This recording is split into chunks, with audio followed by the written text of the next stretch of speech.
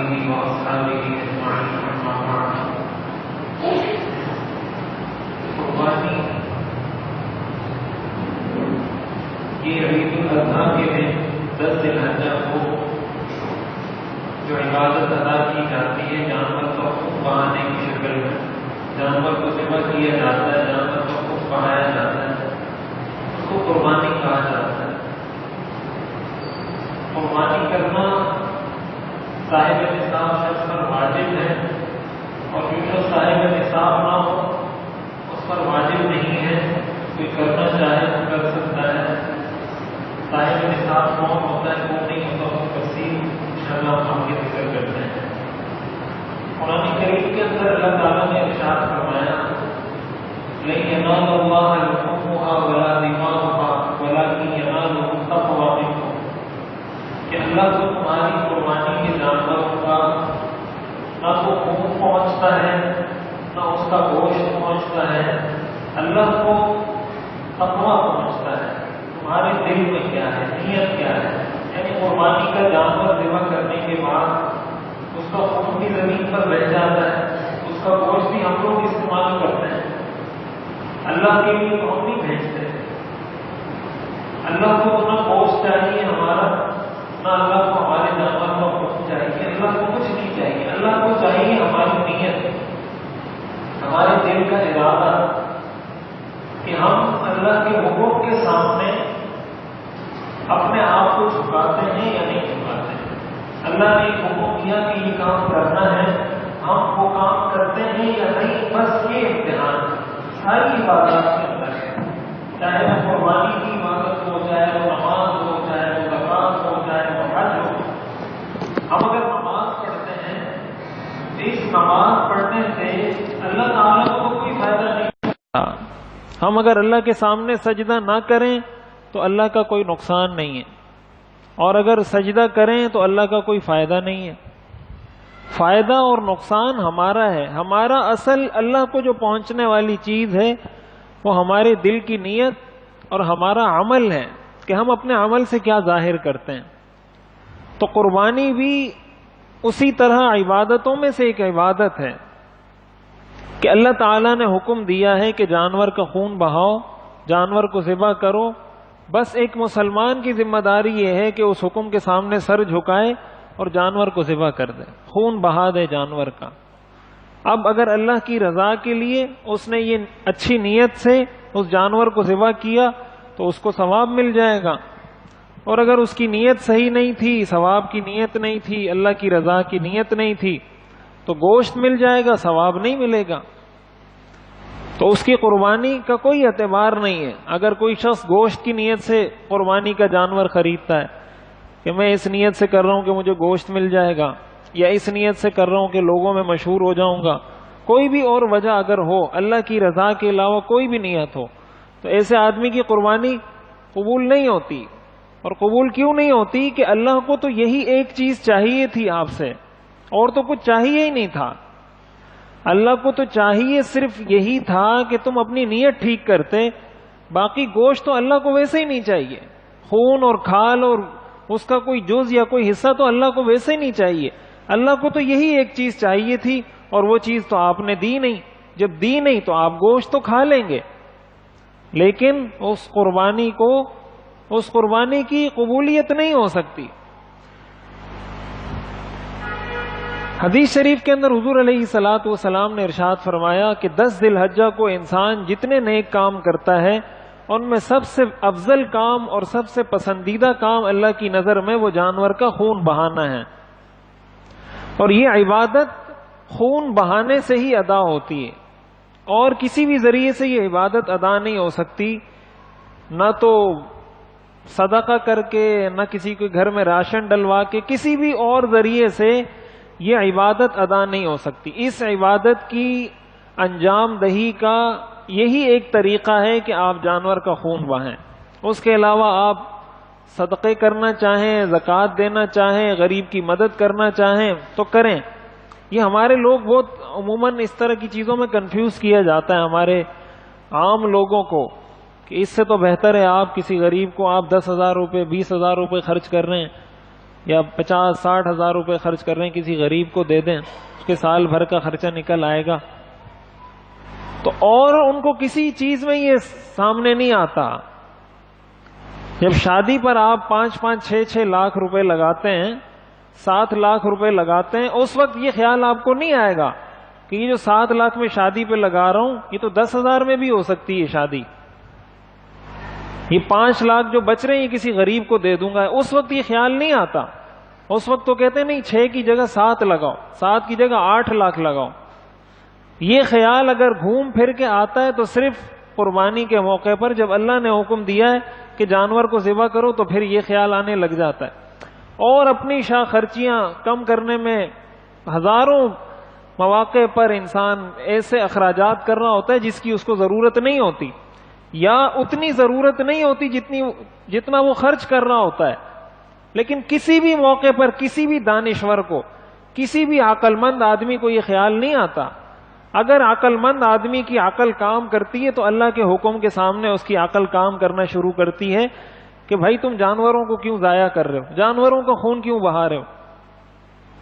تو یہ جانور اللہ نے پیدا ہی ہمارے لیے کیے ہیں بھائی.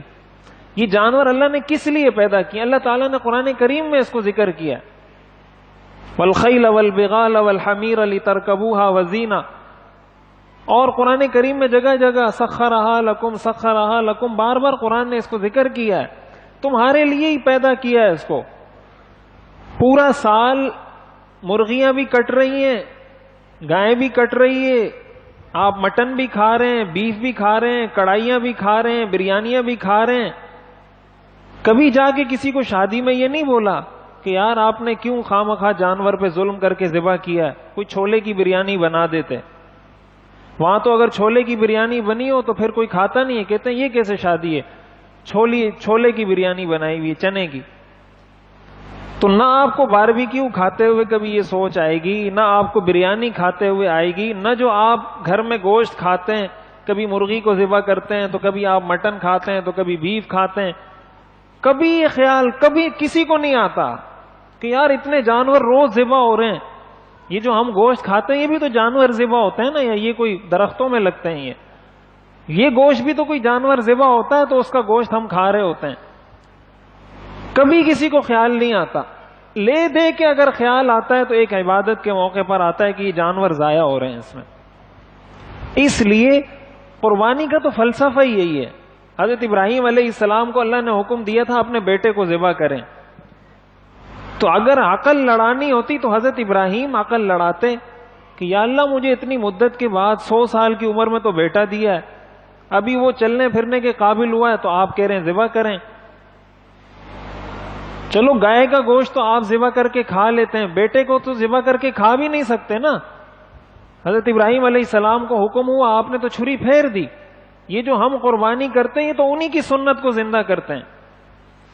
تو قربانی کا تو فلسفہ یہ ہے کہ اگر اللہ تعالیٰ بول دے کہ بھائی بیٹے کو ذبح کرو تو اپنی عقل کو پیچھے چھوڑ کے بیٹے کو ذبح کرنا پڑے گا. قربانی کا تو فلسفہ یہی ہے. اس کی تو تاریخ، ہسٹری اور بیک گراؤنڈ ہی یہ ہے کہ عقل اللہ کے حکم کے سامنے نہیں چل سکتی. تو جب ہم یہ عمل کرتے ہی حضرت ابراہیم علیہ السلام کی سنت کو زندہ کرنے کے لیے ہیں تو ان کا وہ کام یہ تو پھر بھی عقل میں کسی طرح آ جائے گا. اپنے بیٹے کو ذبح کرنے والا کام تو کسی بھی طرح عقل میں نہیں آتا. تو قربانی کا فلسفہ ہی یہ ہے کہ اللہ کے ہر حکم کے سامنے آپ کی عقل مانے یا نہ مانے، آپ کا دل مانے یا نہ مانے، جب شریعت کا حکم ہے ایک مسلمان پر ذمہ داری ہے کہ وہ کہے کہ میں اس کو تسلیم بھی کرتا ہوں اور اس پر عمل بھی کرتا ہوں. یہی مسلمان کا مطلب ہے. حدیث شریف میں حضور علیہ الصلوۃ والسلام نے ارشاد فرمایا من وجد ساعۃ فلم یضحی فلا یقربن مصلانا، کہ جس آدمی کے پاس مالی وسعت ہو اور پھر بھی وہ قربانی نہ کرے تو وہ ہماری عیدگاہ کے قریب بھی نہ آئے. اس کا مطلب یہ کہ وہ ہماری مسلمانوں سے دور رہے، اس کا ہم سے کوئی رشتہ نہیں ہے، ہم سے اس کا کوئی تعلق نہیں ہے. اس سے بھی اس کی اہمیت واضح ہوتی ہے کہ اس کی کتنی اہمیت ہے. اور یہ اس کا، جیسے میں نے عرض کیا کہ فلسفہ اس کا، قربانی کی روح یہی ہے کہ اپنی، جب آپ جانور کی گردن پہ چھری پھیریں تو اس نیت کے ساتھ کہ جب اللہ کا حکم ہوگا تو میں اپنی خواہشات پر بھی چھری پھیر دوں گا. جب نماز کا وقت ہوگا تو اب جی چاہے گا کہ یہ کر لوں وہ کر لوں, اللہ کا حکم ہے کہ نہیں جا کے نماز پڑھو, تو اپنی خواہشات کی گردن پر بھی چھری پھیر کر نماز پڑھنے کے لیے جاؤں گا. جب زکوٰۃ فرض ہوگی تو شیطان اور نفس کہے گا کہ چھوڑو, پیسہ کسی کو نہیں دو, زکوٰۃ نہ ادا کرو, لیکن میں اپنی خواہشات پر چھری پھیر کر زکوٰۃ ادا کروں گا.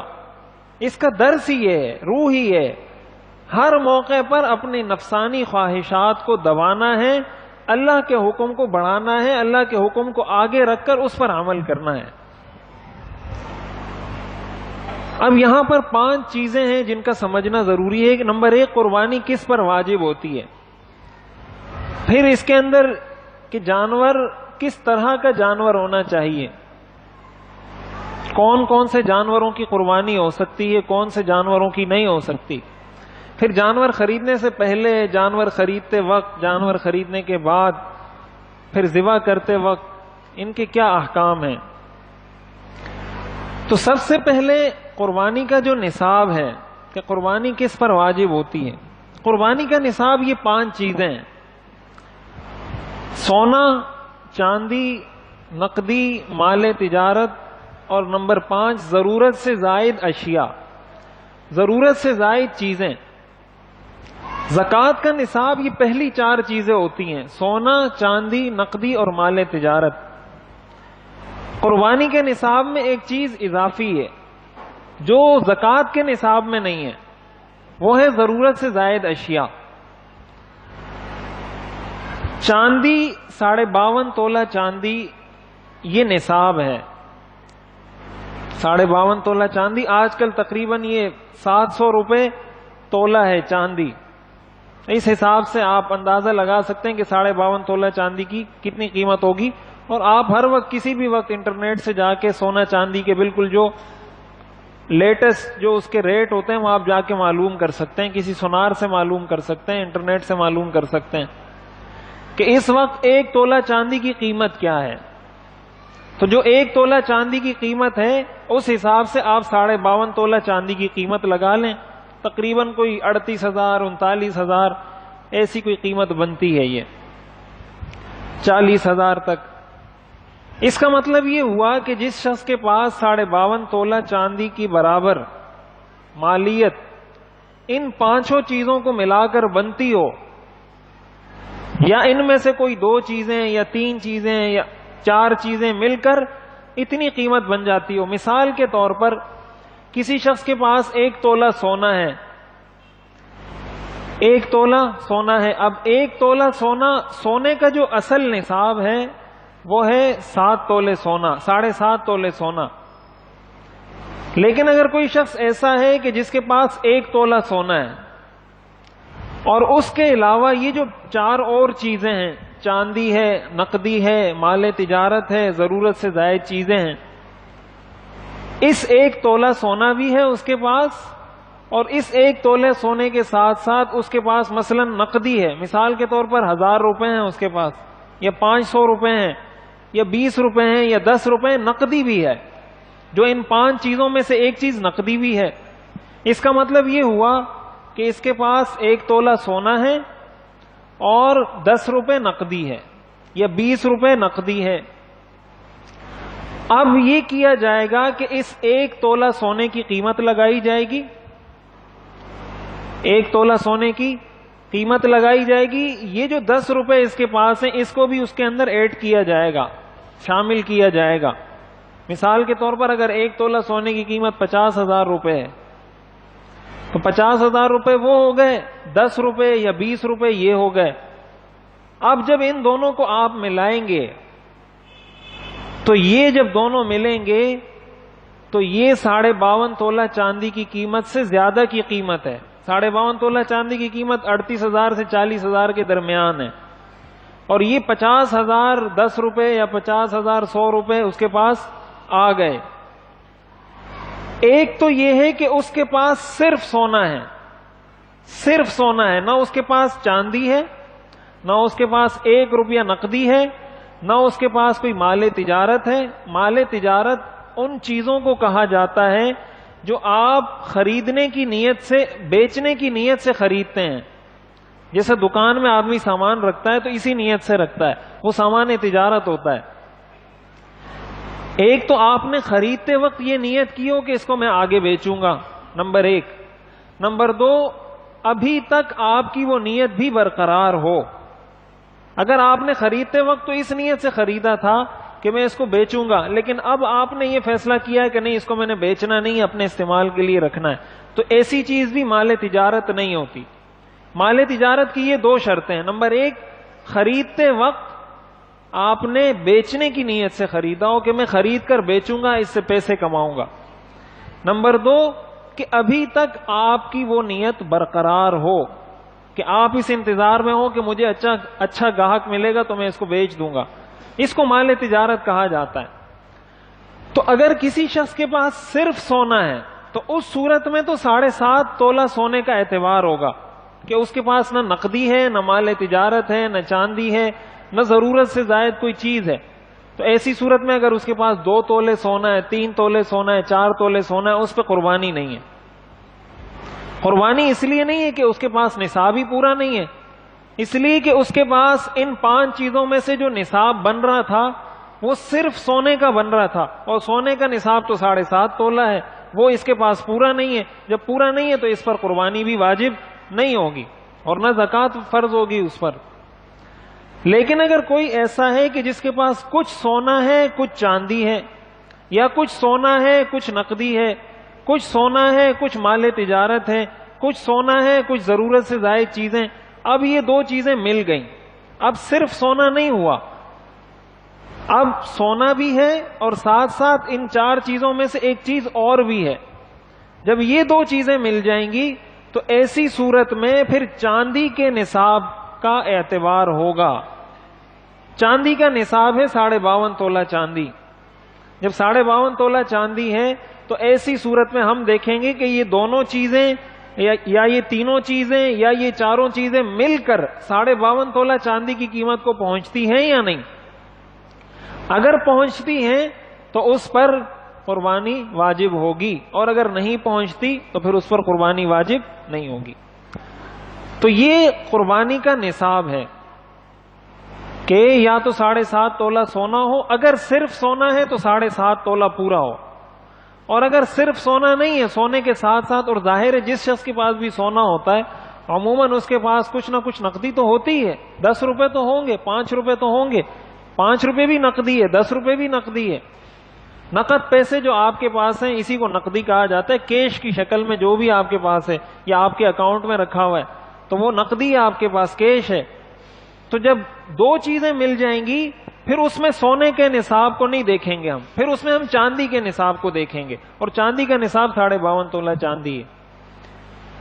تو یہ 5 چیزیں ہیں: سونا، چاندی، نقدی، مال تجارت اور ضرورت سے زائد چیزیں.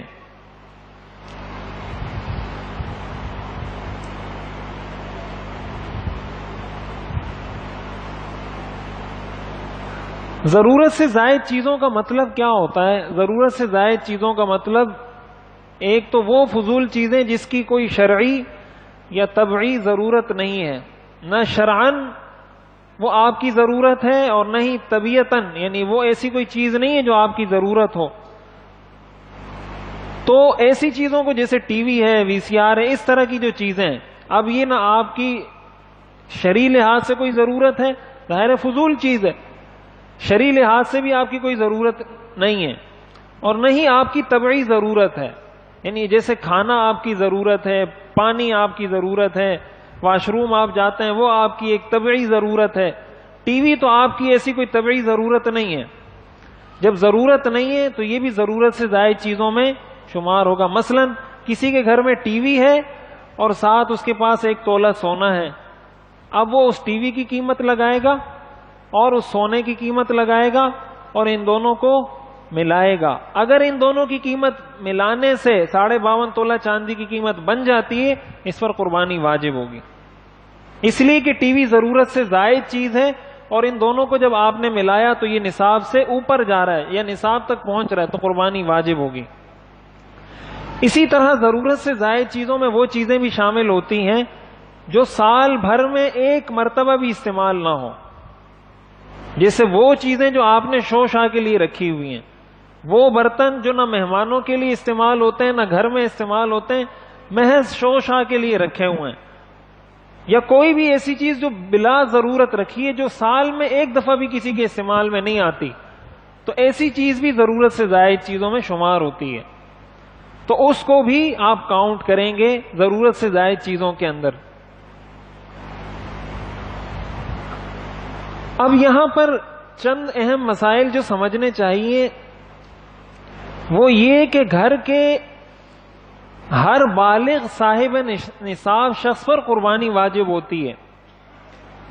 مثال کے طور پر جوائنٹ فیملی ہے، آپ جوائنٹ فیملی میں رہتے ہیں، مشترکہ ایک فیملی ہے، والد آپ کی سرپرستی، آپ تنخواہ لے کے والد کو دے دیتے ہیں، لیکن آپ کے پاس اپنی بھی اتنی رقم موجود ہے اپنے اکاؤنٹ میں یا جیب میں، والد کو تنخواہ دینے کے بعد آپ اپنے لیے جو پرسنل جو آپ جمع کر رہے ہیں وہ آپ کے پاس اتنی جمع ہو گئی ہے جو نصاب تک پہنچ جاتی ہے، تو ایسی صورت میں والد تو قربانی کریں گے ہی کریں گے کہ وہ صاحب نصاب ہیں، اگر صاحب نصاب ہیں تو آپ پر الگ سے بھی قربانی واجب ہوگی،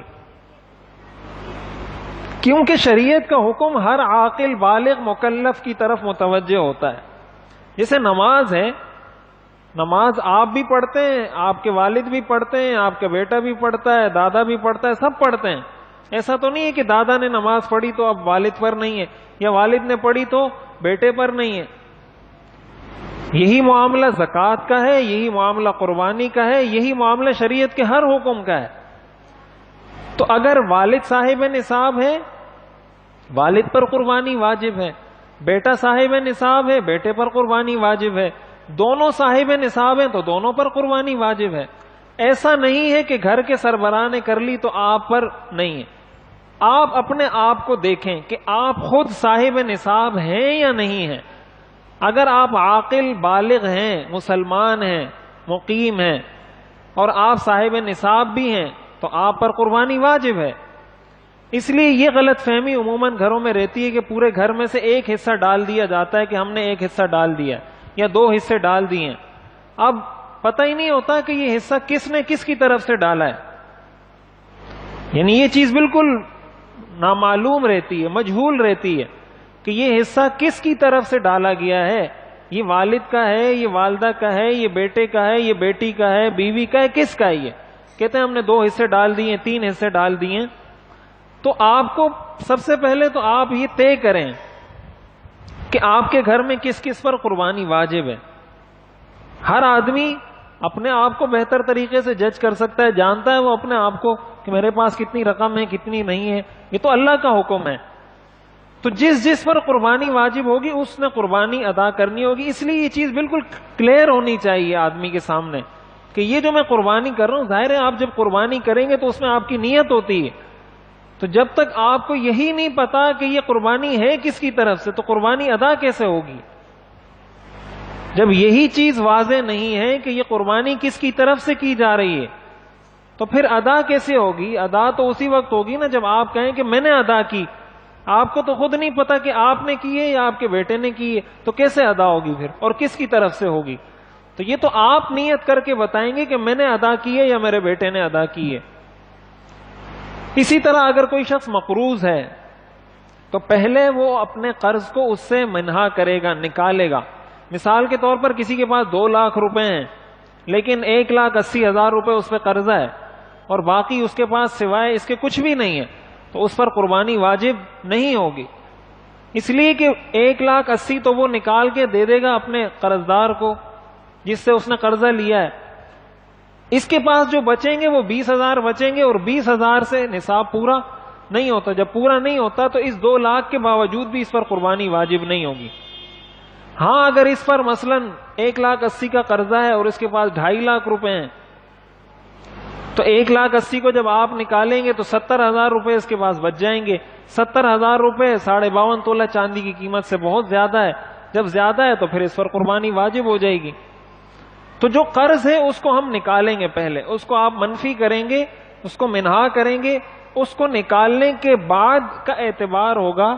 لہذا جس شخص پر قرضہ ہے وہ پہلے اپنے قرضے کا حساب لگائے کہ میرے اوپر ٹوٹل اتنا قرضہ ہے، اور اس وقت میری ملکیت میں موجودہ چیزوں کی، جو سونا ہے، چاندی ہے، نقدی مال تجارت اور ضرورت سے زائد چیزیں، سب کو ملا کر جو میری ملکیت میں چیزیں موجود ہیں وہ یہ ہیں، اس کی مالیت اتنے 1000 روپے بنتی ہے، اتنے لاکھ روپے بنتی ہے.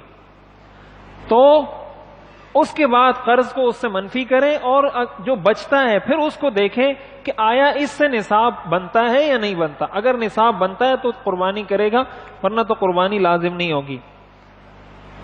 خاتون جو خواتین ہوتی ہیں ان کا جو مہر ہوتا ہے، مثال کے طور پر وہ نکاح نامے میں لکھوا دیتے ہیں بھائی میں 4 تولہ سونا دوں گا، یا 5 تولہ سونا دوں گا، یا 1 تولہ سونا دوں گا، کچھ بھی لکھا ہے،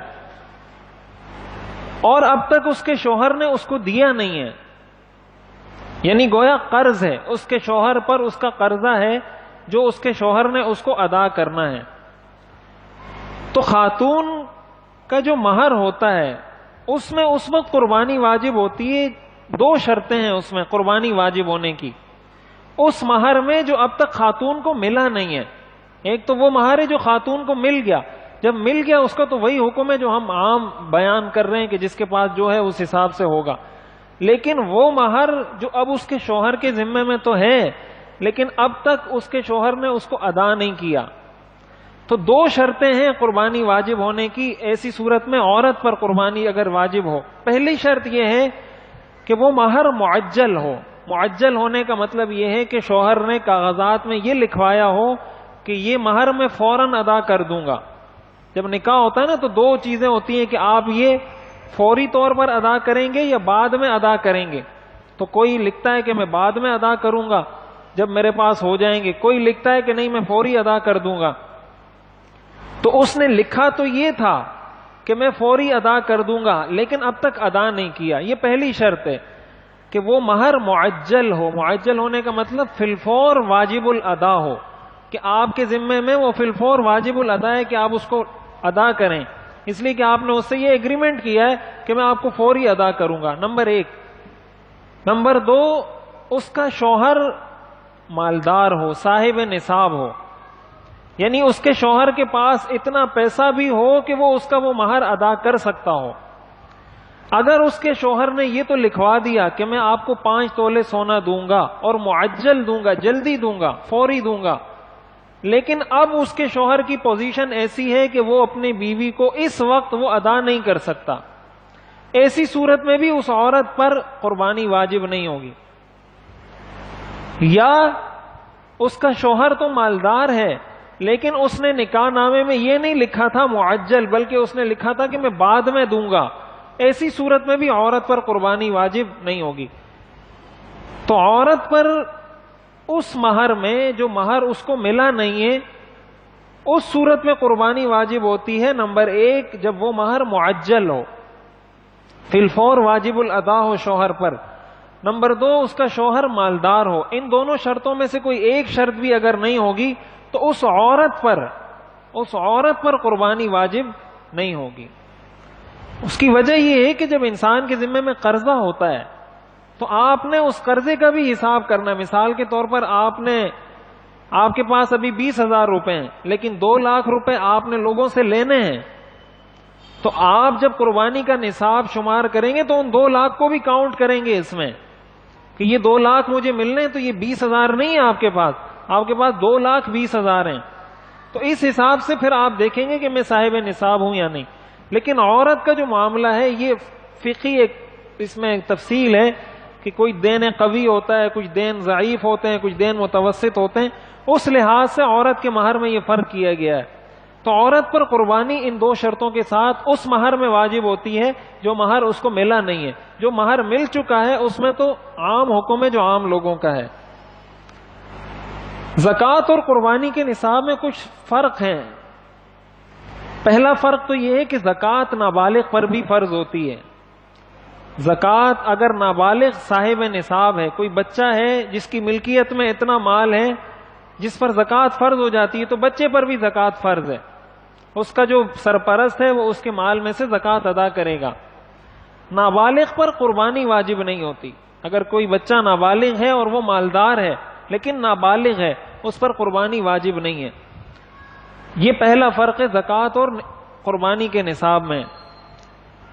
نمبر 2، زکوٰۃ اور قربانی کے نصاب میں جو فرق ہے وہ ضرورت سے زائد چیزیں ہیں۔ زکوٰۃ کا نصاب 4 چیزیں ہیں: سونا، چاندی، نقدی، مال تجارت۔ قربانی کے نصاب میں ایک چیز اضافی ہے، ضرورت سے زائد چیزیں، کہ زکوٰۃ کے نصاب میں آپ 4 چیزوں کو جمع کرتے ہیں، ضرورت سے زائد چیزوں کا اس میں حساب نہیں لگایا جاتا۔ مثال کے طور پر کسی شخص کے پاس 1 تولہ سونا ہے اور اس کے پاس ٹی وی بھی رکھا ہوا ہے گھر میں۔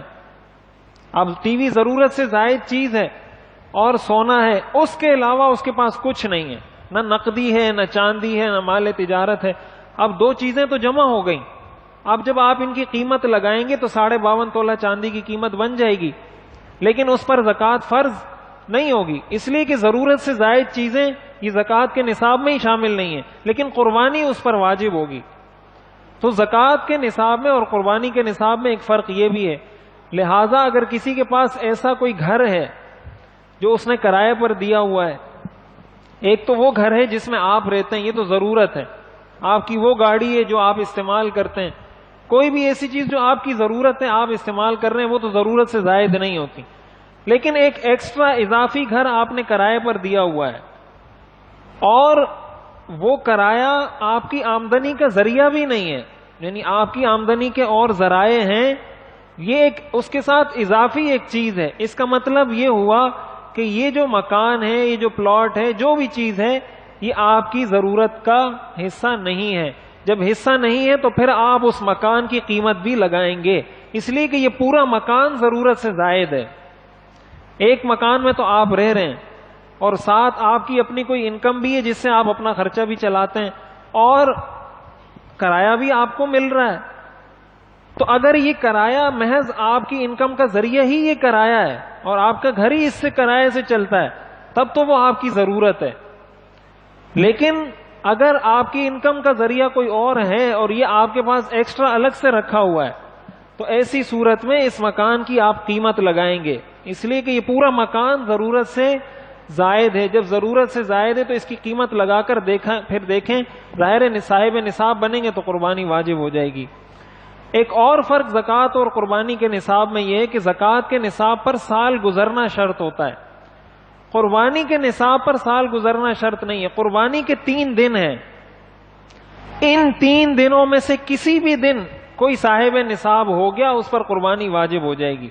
اس میں نہ پہلے کا اعتبار ہے نہ بعد کا اعتبار ہے، اس میں شریعت ان 3 دنوں کا اعتبار کرتی ہے کہ عید کے 3 دنوں میں سے جس دن بھی آپ صاحب نصاب بن گئے آپ پر قربانی واجب ہوگی۔ اگر کوئی شخص ایسا تھا کہ عید کی رات تک یا عید سے 1 دن پہلے تک وہ صاحب نصاب تھا لیکن عید کے دن اس کے پاس کچھ بھی نہیں ہے، اس پر قربانی واجب نہیں ہوگی۔ ان 3 دنوں میں اگر وہ صاحب نصاب نہیں ہے یا ان 3 دنوں میں وہ مسافر ہے، قربانی مسافر پر بھی واجب نہیں ہوتی، مقیم پر واجب ہوتی ہے۔ وہ ہے تو صاحب نصاب لیکن مسافر ہے، ان 3 دنوں میں وہ مسافر ہے، جب مسافر ہے اس پر بھی قربانی واجب نہیں ہوگی۔ تو قربانی کے نصاب پر سال گزرنا شرط نہیں ہے، قربانی کے نصاب میں اس چیز کا اعتبار ہے کہ ان 3 دنوں میں سے کسی بھی دن آپ صاحب نصاب تھے یا نہیں تھے، اگر تھے تو قربانی واجب ہوگی، اگر نہیں تھے تو قربانی واجب نہیں ہوگی۔ جانور خریدنے سے پہلے چند چیزیں ہیں جس کا خیال رکھنا چاہیے۔ سب سے پہلی چیز تو نیت ہے کہ آپ کی نیت درست ہونی چاہیے، نہ تو شہرت کی نیت ہو نہ گوشت کی نیت ہو۔ گوشت تو آپ کو ویسے بھی ملنا ہے، آپ اگر نیت نہ بھی کریں گوشت کی تو گوشت تو کہیں نہیں جانا، گوشت تو آپ ہی کو ملنا ہے۔ تو اس کے لیے کوئی نیت کی ضرورت آپ کو نہیں ہے کہ آپ یہ نیت کریں کہ میں نے گوشت کے لیے قربانی کرنی ہے۔ اور دوسری چیز شہرت، یہ بھی بہت خطرناک چیز ہے۔ آج کل ہمارے ہاں یہ بھی بڑا مقابلہ ہوتا ہے، تو وہ دیکھتا ہے کہ یہ 70 میں لایا تو وہ کہے گا میں 75 میں لاؤں گا، وہ کہے گا 75 میں لایا تو یہ کہے گا میں 80 میں لاؤں گا۔ ایک تو یہ کمپٹیشن اگر اس نیت سے ہے کہ بھائی میں اچھے سے اچھا جانور قربان کروں، اللہ کی رضا کے لیے بہتر سے بہتر چیز قربان کروں، یہ تو اچھی نیت ہے. لیکن اگر اسی نیت میں تھوڑی سی چینجنگ کر کے اس لیے کروں کہ یہ 75 کا لایا تو میں 90 کا لاؤں گا تاکہ پتہ چلے کہ اس کا جانور اس سے اچھا ہے، اس لیے نہیں کہ اللہ کے لیے میں اچھی چیز قربان کروں، بلکہ اس لیے کہ لوگ بولیں کہ یار فلاں آدمی کا جانور بڑا اچھا ہے، تو اب یہ نیت خراب ہو گئی. جب نیت خراب ہو گئی قربانی نہیں ہوگی. تو آپ اچھا جانور لائیں، مہنگا جانور خریدیں، لیکن نیت اپنی درست رکھیں. اور نیت کا تعلق دل سے ہوتا ہے کہ آپ دل سے یہ نیت رکھیں کہ اچھا سے اچھا جانور میں اللہ کے لیے قربان کروں. اسی طرح حلال مال، حرام مال میں بھی، حرام مال سے بھی قربانی جائز نہیں ہے. حرام مال کا حکم شریعت میں یہ ہوتا ہے کہ وہ سارا کا سارا صدقہ کرنا واجب ہے. اگر کسی کے پاس حرام مال ہے اس پر نہ زکوٰۃ فرض ہوتی ہے نہ قربانی واجب ہوتی ہے. حرام مال کا حکم یہ ہے کہ سارا کا سارا آپ صدقہ کر دیں، اور ثواب کی نیت بھی نہیں کر سکتے اس میں. ثواب کی نیت کے بغیر سارا مال صدقہ کر دینا واجب ہے. جب ظاہر سارا مال صدقہ کرنا واجب ہے تو ایسی صورت میں آپ صاحب نصاب ہی نہیں رہتے. تو شریعت ایسے شخص کو صاحب نصاب ہی نہیں مانتی کہ اس کے پاس ہے تو بہت لیکن حرام کا ہے. تو اللہ تعالیٰ کو تو، جیسے میں نے عرض کیا، اللہ تعالیٰ کو تو یہ نہیں چاہیے کہ آپ جانور ذبح کرتے ہیں یا نہیں کرتے. اللہ نے تو یہ دیکھنا ہے یہ میرے حکم کا پابند ہے یا نہیں. تو اگر حرام مال سے آپ قربانی کرتے ہیں، اللہ تعالیٰ فرماتے ہیں مجھے نہیں چاہیے تمہاری قربانی. جب پیسہ حرام کا ہے تو میرے لیے کیوں قربان کرتے ہو؟ حدیث شریف میں آتا ہے ان اللہ تعالی طیب لا يقبل الا طیبا، کہ اللہ تعالیٰ پاک ہے اور پاک چیز کو قبول کرتا ہے. ناپاک چیز کو اللہ قبول نہیں کرتے، اور حرام مال ناپاک ہوتا ہے. اس لیے حرام مال پر قربانی واجب نہیں ہوتی.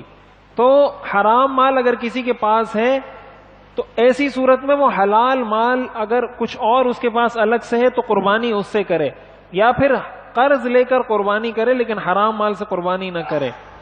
اسی طرح جن لوگوں کی آمدنی حرام کی ہو ان کو اجتماعی قربانی میں بھی شامل نہیں ہونا چاہیے. اس کی وجہ یہ ہے کہ اگر ایک شخص کی آمدنی حرام کی ہے سب کی قربانی نہیں ہوگی اس کی وجہ سے. اگر 6 آدمی مثلا حصہ دار ہیں ایک جانور میں، 5 کی آمدنی تو حلال کی ہے، ایک کی کل آمدنی حرام ہے، تو ان 6 کی قربانی نہیں ہوگی اس ایک کی وجہ سے.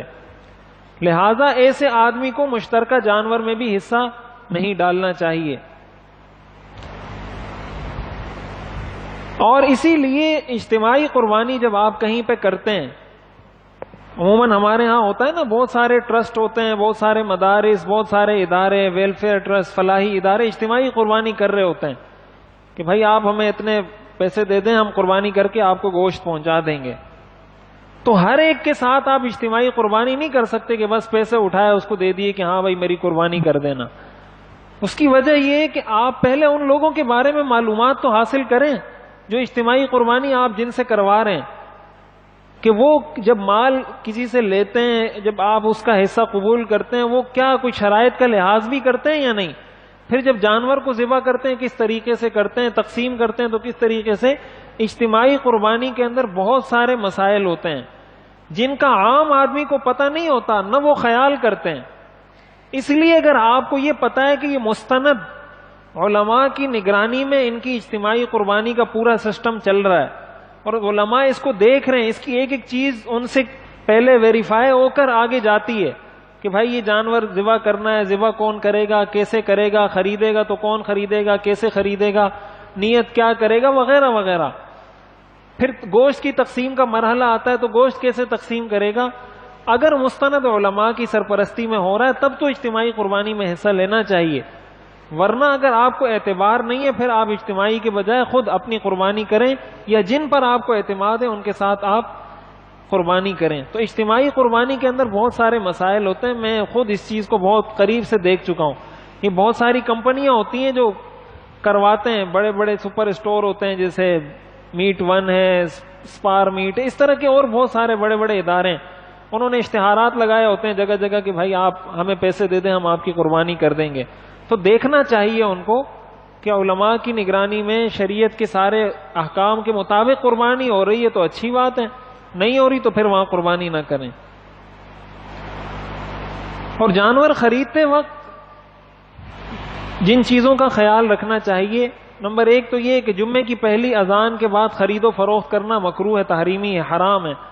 وہ تو کوئی بھی خرید و فروخت ہو، چاہے آپ دکان سے کوئی چیز خریدیں، کچھ بھی خریدیں، جمعے کی پہلی اذان کے بعد خرید و فروخت کرنا حرام ہے، مکروہ تحریمی ہے۔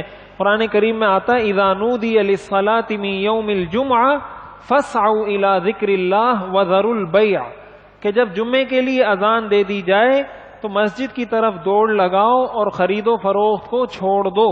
یہ قرآن کا حکم ہے۔ اور یہ جو اذان ہمارے ہاں اتنی دیر سے دی جاتی ہے نا، پہلے بیان ہوتا ہے، پھر بیان کے بعد جو پہلی اذان دیتے ہیں، اس کی لوجک بھی یہی ہے کہ علماء کی یہ کوشش ہوتی ہے کہ لوگوں کو زیادہ سے زیادہ کوشش یہ کریں کہ گناہ سے بچائیں۔ بیان سے پہلے بھی اذان دی جا سکتی ہے کہ بیان سے پہلے آپ اذان دے دیں، جس نے گناہگار ہونا ہے ہوتا رہے، آئے تو آئے، نہ آئے تو گناہگار ہوگا۔ لیکن یہ اسی لیے علماء نے یہ کیا ہے کہ آپ بیان پہلے کر لیں، بیان کے بعد اذان دے دیں، تاکہ جس نے اب تک تیاری نہیں کی تھی وہ کم از کم اب آنا شروع ہو جائے، اور اب تک وہ جو بیٹھا ہوا تھا تو گناہگار نہ ہو۔ تو گناہ سے بچانے کے لیے یہ اذان بیان کے بعد دی جاتی ہے۔ تو اذان، پہلی اذان کے بعد خرید و فروخت کرنا یہ ناجائز ہے۔ دوسری چیز یہ بھی دیکھنی چاہیے خرید و فروخت کرتے وقت کہ اگر کسی کا سودا بن گیا ہے تو اس کا سودا خراب نہ کریں۔ آپ دیکھ رہے ہیں کہ دو آدمی کھڑے ہوئے، اس نے کہہ دیا ہاں بھائی میں آپ کو 70 دے رہا ہوں، وہ کہہ رہا ہے بس ٹھیک ہے چلو لے جاؤ۔ آپ جا کے اس کو بولتے ہو نہیں میں تو آپ کو 1000 روپے اوپر دیتا ہوں، یہ ناجائز ہے، گناہ ہے۔ حضور علیہ الصلوۃ والسلام نے اس سے منع فرمایا، لا یبع احدکم علی بیع اخیہ، کہ تم میں سے کوئی شخص اپنے بھائی کی کہ بھاؤ تاؤ پر خرید و فروخت نہ کرے، کہ اس کے ساتھ معاملہ سیٹ ہو گیا، اس نے کہہ دیا میں اتنے میں بیچ رہا ہوں، اس نے کہا میں اتنے میں خرید رہا ہوں۔ ایک تو یہ ہے کہ معاملہ ان کا آپس میں کوئی سیٹ نہیں ہوا، بلکہ وہ بھی پوچھ رہا ہے آپ بھی پوچھ رہے ہیں، یہ تو ایک الگ چیز ہے۔ لیکن جب آپ سمجھتے ہیں کہ ان کی آپس میں بات بن گئی ہے، اب صرف اس لیے کہ آپ کو وہ جانور اچھا لگ رہا ہے تو آپ کہتے ہو کہ یار 1000 روپے مجھ سے زیادہ لے کے مجھے دے دو، تو ظاہر ہے جو بیچنے والا ہے اس کے لیے بھی یہ بات مکروہ ہے کہ پھر وہ آپ کو بیچے، اور آپ کے لیے بھی مکروہ ہے کہ آپ ایسے شخص کے ساتھ جا کے دوسرے کا سودا خراب کریں۔ اور یہ صرف جانور خریدتے وقت نہیں ہے، ہر چیز خریدتے بیچتے وقت اس کا خیال کرنا چاہیے، یہ شریعت کا حکم ہے۔ ہم تو یہ سمجھتے ہیں کہ شاید شریعت صرف نماز روزے کا نام ہے، شریعت اس بارے میں بھی بڑی پوری تفصیلی رہنمائی دیتی ہے کہ خریدتے بیچتے وقت کس کس چیز کا لحاظ کرنا ہے۔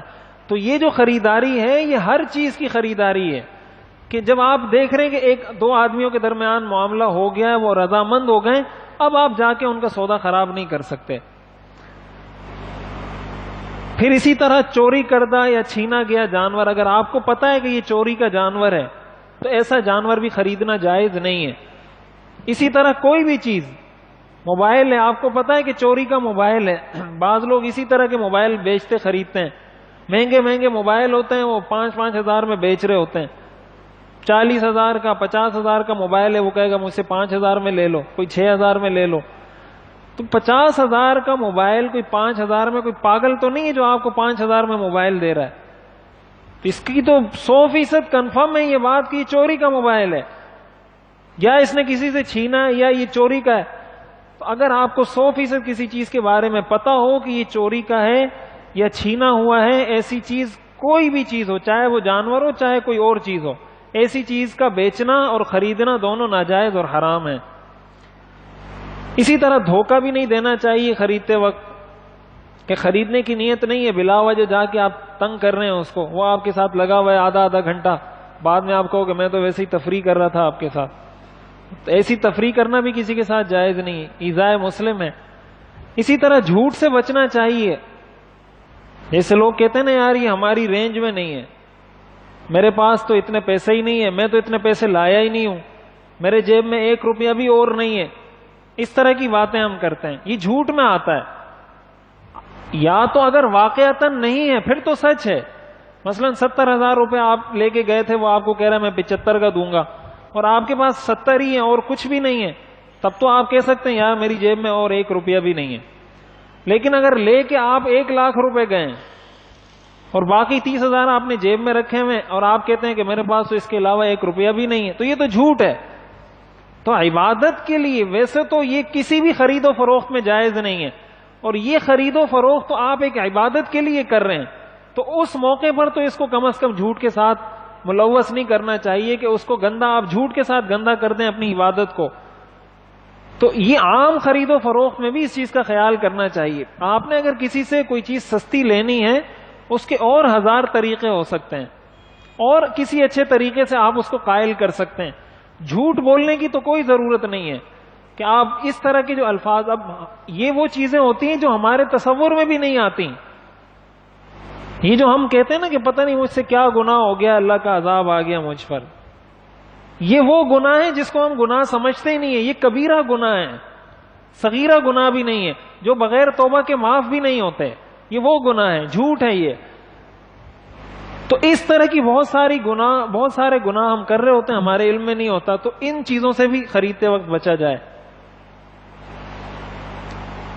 پھر جانور کے بارے میں کہ جانور کیسا ہونا چاہیے، تو اصولی بات تو یہ ہے کہ جانور ہر قسم کے عیب سے، اس میں کوئی بھی عیب نہ ہو. اس کا کان بھی سلامت ہو، اس کی آنکھیں بھی ٹھیک ہوں، اس کی ٹانگیں بھی ٹھیک ہوں، مکمل صحیح سلامت ہو. اس لیے کہ آپ اللہ کے لیے قربان کر رہے ہیں تو اچھی چیز قربان کریں. لیکن اگر اس میں کوئی خامی، کوئی عیب ہے، تو کتنی خامی چل سکتی ہے، کتنی خامی جو نہیں چل سکتی، اس کو پھر یہاں ہم ذکر کرتے ہیں. تو جو بڑے جانور ہیں، اونٹ، گائے، بھینس اور بیل، ان میں تو 7 آدمی شریک ہو سکتے ہیں. 7 زیادہ سے زیادہ، 7 سے کم شریک ہو سکتے ہیں، چاہے 6 ہو، 5 ہو، 4 ہو، 3 ہو، 2 ہو، 1 ہو. بعض لوگ یہ کہتے ہیں کہ طاق ہونا چاہیے، بعض کہتے ہیں جفت ہونا چاہیے. یہ ویسے ہی فضول بات ہے. طاق جفت کا کوئی چکر نہیں ہے، زیادہ سے زیادہ 7 ہونے چاہیے. اور کسی آدمی کا حصہ 7ویں حصے سے کم نہیں ہونا چاہیے.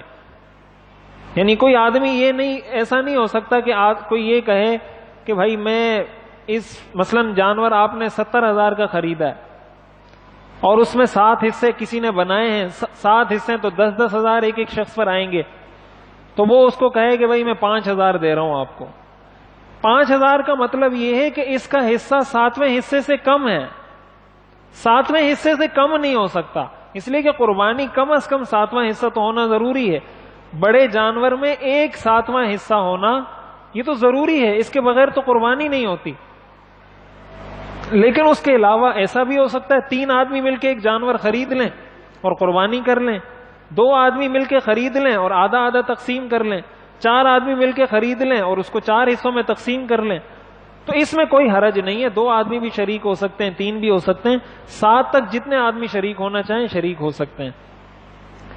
اسی طرح بکرا، بکری ہے، مینڈا ہے، بھیڑ ہے، دمبا ہے، ان چیزوں کی قربانی. لیکن یہ جو چھوٹے جانور ہیں یہ صرف ایک ہی شخص کی طرف سے کافی ہوں گے، اس میں حصے وغیرہ نہیں ہو سکتے. جانور میں اصل اعتبار شریعت کی نظر میں ماں کا ہوتا ہے. انسانوں میں تو شریعت باپ کا اعتبار کرتی ہے، جانوروں میں اصل اعتبار شریعت ماں کا کرتی ہے کہ اس کی ماں کیا ہے. اس کی ماں جو ہوگی وہی اس کا جو بچہ ہے وہی اس کا بچہ ہوگا. جو آسٹریلین گائے ہوتی ہے، جرسی گائے جس کو کہا جاتا ہے، قربانی اس کی بھی کرنا ٹھیک ہے، لیکن فقہاء نے لکھا ہے مکروہ ہے، اس لیے اس کی قربانی سے بچنا چاہیے. بہرحال کوئی کرتا ہے تو قربانی اس کی ہو جائے گی. اسی طرح بھیڑ کی قربانی بکری سے افضل ہے، مادہ کی قربانی نر کی قربانی سے افضل ہے.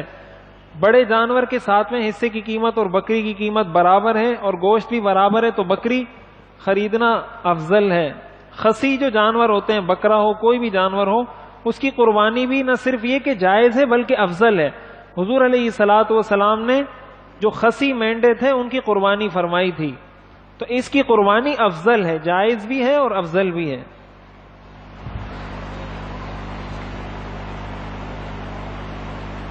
اس میں اس چیز کو دیکھنا چاہیے کہ قیمت اور گوشت کے اعتبار سے کہ قربانی کی قیمت زیادہ ہے تو وہ بہتر ہے، اور اگر 2 جانور ہیں دونوں کی قیمت برابر ہے، ایک کا گوشت زیادہ ہے ایک کا گوشت کم ہے، پھر آپ اس چیز کو دیکھیں کہ آپ کے علاقے میں غریب لوگ زیادہ ہیں تو زیادہ گوشت والا لے لیں، اور اگر آپ کو نہیں، آپ کو پتہ ہے کہ اتنا گوشت ہمارے علاقے میں کسی کو نہیں چاہیے ہوگا، تو پھر اچھی قیمت والا لے لیں اگرچہ اس کا گوشت کم ہو۔ جتنا جانور فروا ہو، جتنا اچھا ہو، جتنا صحت مند ہو، اتنی ہی اس کی قربانی افضل ہے۔ لیکن اس کے اندر ہمارے ہاں بہت زیادہ بھی لوگ غلو کرنے لگ جاتے ہیں، یعنی اچھے سے اچھا فروا جانور بھی آپ 1 لاکھ لے لیں، 2 لاکھ لے لیں، آپ کو اچھا جانور مل جائے گا، اچھا فروا جانور۔ اس کے بعد جو ہمارے لوگ 30 لاکھ، 20 لاکھ، 40 لاکھ کا بیل لاتے ہیں، اس سے بہتر یہ ہے کہ وہ بہت سارے جانور خرید کر قربانی کریں۔ 40 لاکھ کا اگر ایک بیل لا رہا ہے، وہ 40 لاکھ کے اگر 40 بیل لے آئے گا، کتنے لوگوں کو فائدہ پہنچ جائے گا اس سے؟ اور اس ایک بیل سے تو کسی کو فائدہ نہیں پہنچے گا اتنا جتنا 40 بیل سے پہنچے گا۔ تو ایسے لوگوں کو یہ چاہیے کہ 40 لاکھ کا بیل لانے کے بجائے اگر لانے اس نے تو 40 بیل لا کے ذبح کر دے، غریبوں میں تقسیم کر دے۔ تو اتنا بہت زیادہ، اور ظاہر ہے اس میں عموماً یہی چیز ہوتی ہے، نمود و نمائش ہوتی ہے کہ بھائی 40 لاکھ کا بیل لایا، 30 لاکھ کا لایا، 20 لاکھ کا، تو یہ اس سے تو ویسے بھی بچنا چاہیے۔ جانور کی عمر جو اونٹ یا اونٹنی ہے یہ کم از کم 5 سال کا ہونا ضروری ہے۔ گائے ہے، بیل ہے، بھینس، بھینسا، ان کی عمر کم از کم 2 سال ہونا ضروری ہے، اور بکرا بکری ہے اس کی عمر کم از کم 1 سال ہونا ضروری ہے۔ بھیڑ اور دمبے کی بھی اصل یہ کہ 1 سال کا ہو، لیکن فقہا نے لکھا ہے کہ اگر کوئی دمبا یا بھیڑ ایسا ہے جو 6 مہینے سے زیادہ کا ہے، لیکن اگر اس کو آپ عام دمبوں کے ساتھ چھوڑ دیں تو وہ 1 سال کا لگے، تو ایسی صورت میں دمبے، یہ صرف دمبے اور بھیڑ کے ساتھ خاص ہے، بکری وغیرہ میں نہیں، اس لیے کہ یہ حدیث سے ثابت ہے۔ تو ایسی صورت میں وہ دمبا اگرچہ 6 مہینے کا ہے لیکن اگر آپ چھوڑیں گے تو 1 سال کا لگے گا، تو ایسے دمبے یا بھیڑ کی قربانی بھی ٹھیک ہے۔ اس کے علاوہ بکرا یا بکری اگر 1 سال سے 1 گھنٹہ بھی کم ہے تو اس کی قربانی نہیں ہو سکتی۔ قربانی کا جو بیل ہے یا گائے ہے اگر 2 سال سے 1 گھنٹہ بھی اس کی عمر کم ہے اس کی قربانی نہیں ہو سکتی۔ اونٹ یا اونٹنی اگر اس کی عمر 5 سال سے 1 گھنٹہ بھی کم ہے اس کی قربانی نہیں ہو سکتی۔ یہ شریعت کا حکم ہے، اونٹ کم از کم 5 سال کا ہو، اور گائے کم از کم 2 سال کی ہو، بکرا یا بکری کم از کم 1 سال کی، اور دمبا بھی، لیکن دمبے میں 6 مہینے والا بھی اس شرط کے ساتھ چل سکتا ہے کہ وہ اگر عام دمبے یا بھیڑ میں چھوڑ دیں تو وہ 1 سال کا لگے۔ اور اس کی پہچان جو ہوتی ہے یہ 2 دانت ہوتی ہے، یہ جو 2 دانت کہا جاتا ہے یہ 2 سال کی علامت ہوتی ہے۔ کبھی ایسا بھی ہوتا ہے کہ ایک جانور گائے 2 دانت، اس کے 2 دانت نہیں ہیں لیکن اس کی عمر 2 سال پوری ہوتی ہے، اور کبھی 2 سال سے پہلے بھی آ سکتے ہیں۔ تو اصل اعتبار دانتوں کا نہیں ہے کہ یہ 2 دانت اس کے ہیں یا نہیں، ہاں یہ ایک علامت ہے، تو اس کو دیکھنا چاہیے۔ یا تو آپ کے پاس کوئی ایسا ایکسپرٹ بندہ ہو جس کو پتا ہو تو وہ آپ کو بتا سکتا ہے کہ یہ 2 سال کا ہے یا نہیں، یا آپ جس سے خرید رہے ہیں اس پر آپ کو ایسا اعتماد ہے کہ بھائی یہ میرے ساتھ جھوٹ کا معاملہ نہیں کرے گا، پھر تو ٹھیک ہے۔ لیکن اگر آپ کو نہیں پتا اور اس کے 2 دانت بھی نہیں ہیں اور آپ کو شک ہو رہا ہے، پھر ایسا جانور نہیں خریدنا چاہیے۔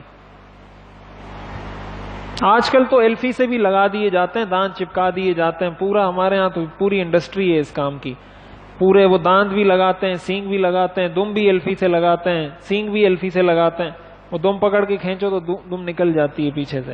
تو اس طرح کی بہت ساری ویڈیوز بھی آئی ہوئی ہیں، تو یہ چیزیں تو ہمارے ہاں عام ہیں، اس لیے احتیاط کرنی چاہیے ان چیزوں میں۔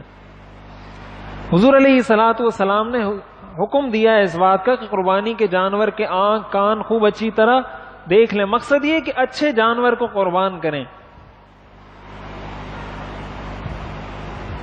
یہاں ایک بات یہ سمجھنی چاہیے، یہ شبہ ایک یعنی لوگوں کو کنفیوز کیا جاتا ہے، حدیث شریف میں آتا ہے کان الرجل فی عہد النبی صلی اللہ علیہ وسلم یضحی بالشاۃ عنہ وعن اہل بیتہ، کہ حضور کے زمانے میں ایک شخص اپنے پورے گھر والوں کی طرف سے ایک بکری کی قربانی کر لیا کرتا تھا۔ اس سے بعض لوگ یہ بولتے ہیں کہ گھر میں اگر گھر کا سربراہ قربانی کر لے تو سب کی قربانی ہو جائے گی، اور وہ دلیل اس حدیث کو بناتے ہیں کہ یہ حدیث میں آتا ہے، روایات میں آتا ہے کہ حضور کے زمانے میں ایک شخص پورے گھر والوں کی طرف سے ایک بکری کو ذبح کیا کرتا تھا۔ تو اس بات کو اچھے طریقے سے سمجھنا چاہیے. دیکھیں جو نفلی قربانی ہوتی ہے اس میں تو آپ پوری امت کی بھی نیت کر سکتے ہیں. حضور علیہ الصلوۃ والسلام جو 2 جانور ذبح کرتے تھے، ایک جانور آپ اپنی امت کی طرف سے ذبح کیا کرتے تھے، اپنی امت کے ان لوگوں کی طرف سے جو قربانی نہیں کر سکتے ان کی طرف سے آپ قربانی کیا کرتے تھے. اور ظاہر ہے پوری امت، تو اگر آپ ایک جانور میں پوری امت کی بھی نیت کر لیں اللہ تعالیٰ پوری امت کو اس کا ثواب پہنچا دیں گے، اس میں تو کوئی حرج نہیں ہے، کوئی قباحت نہیں ہے.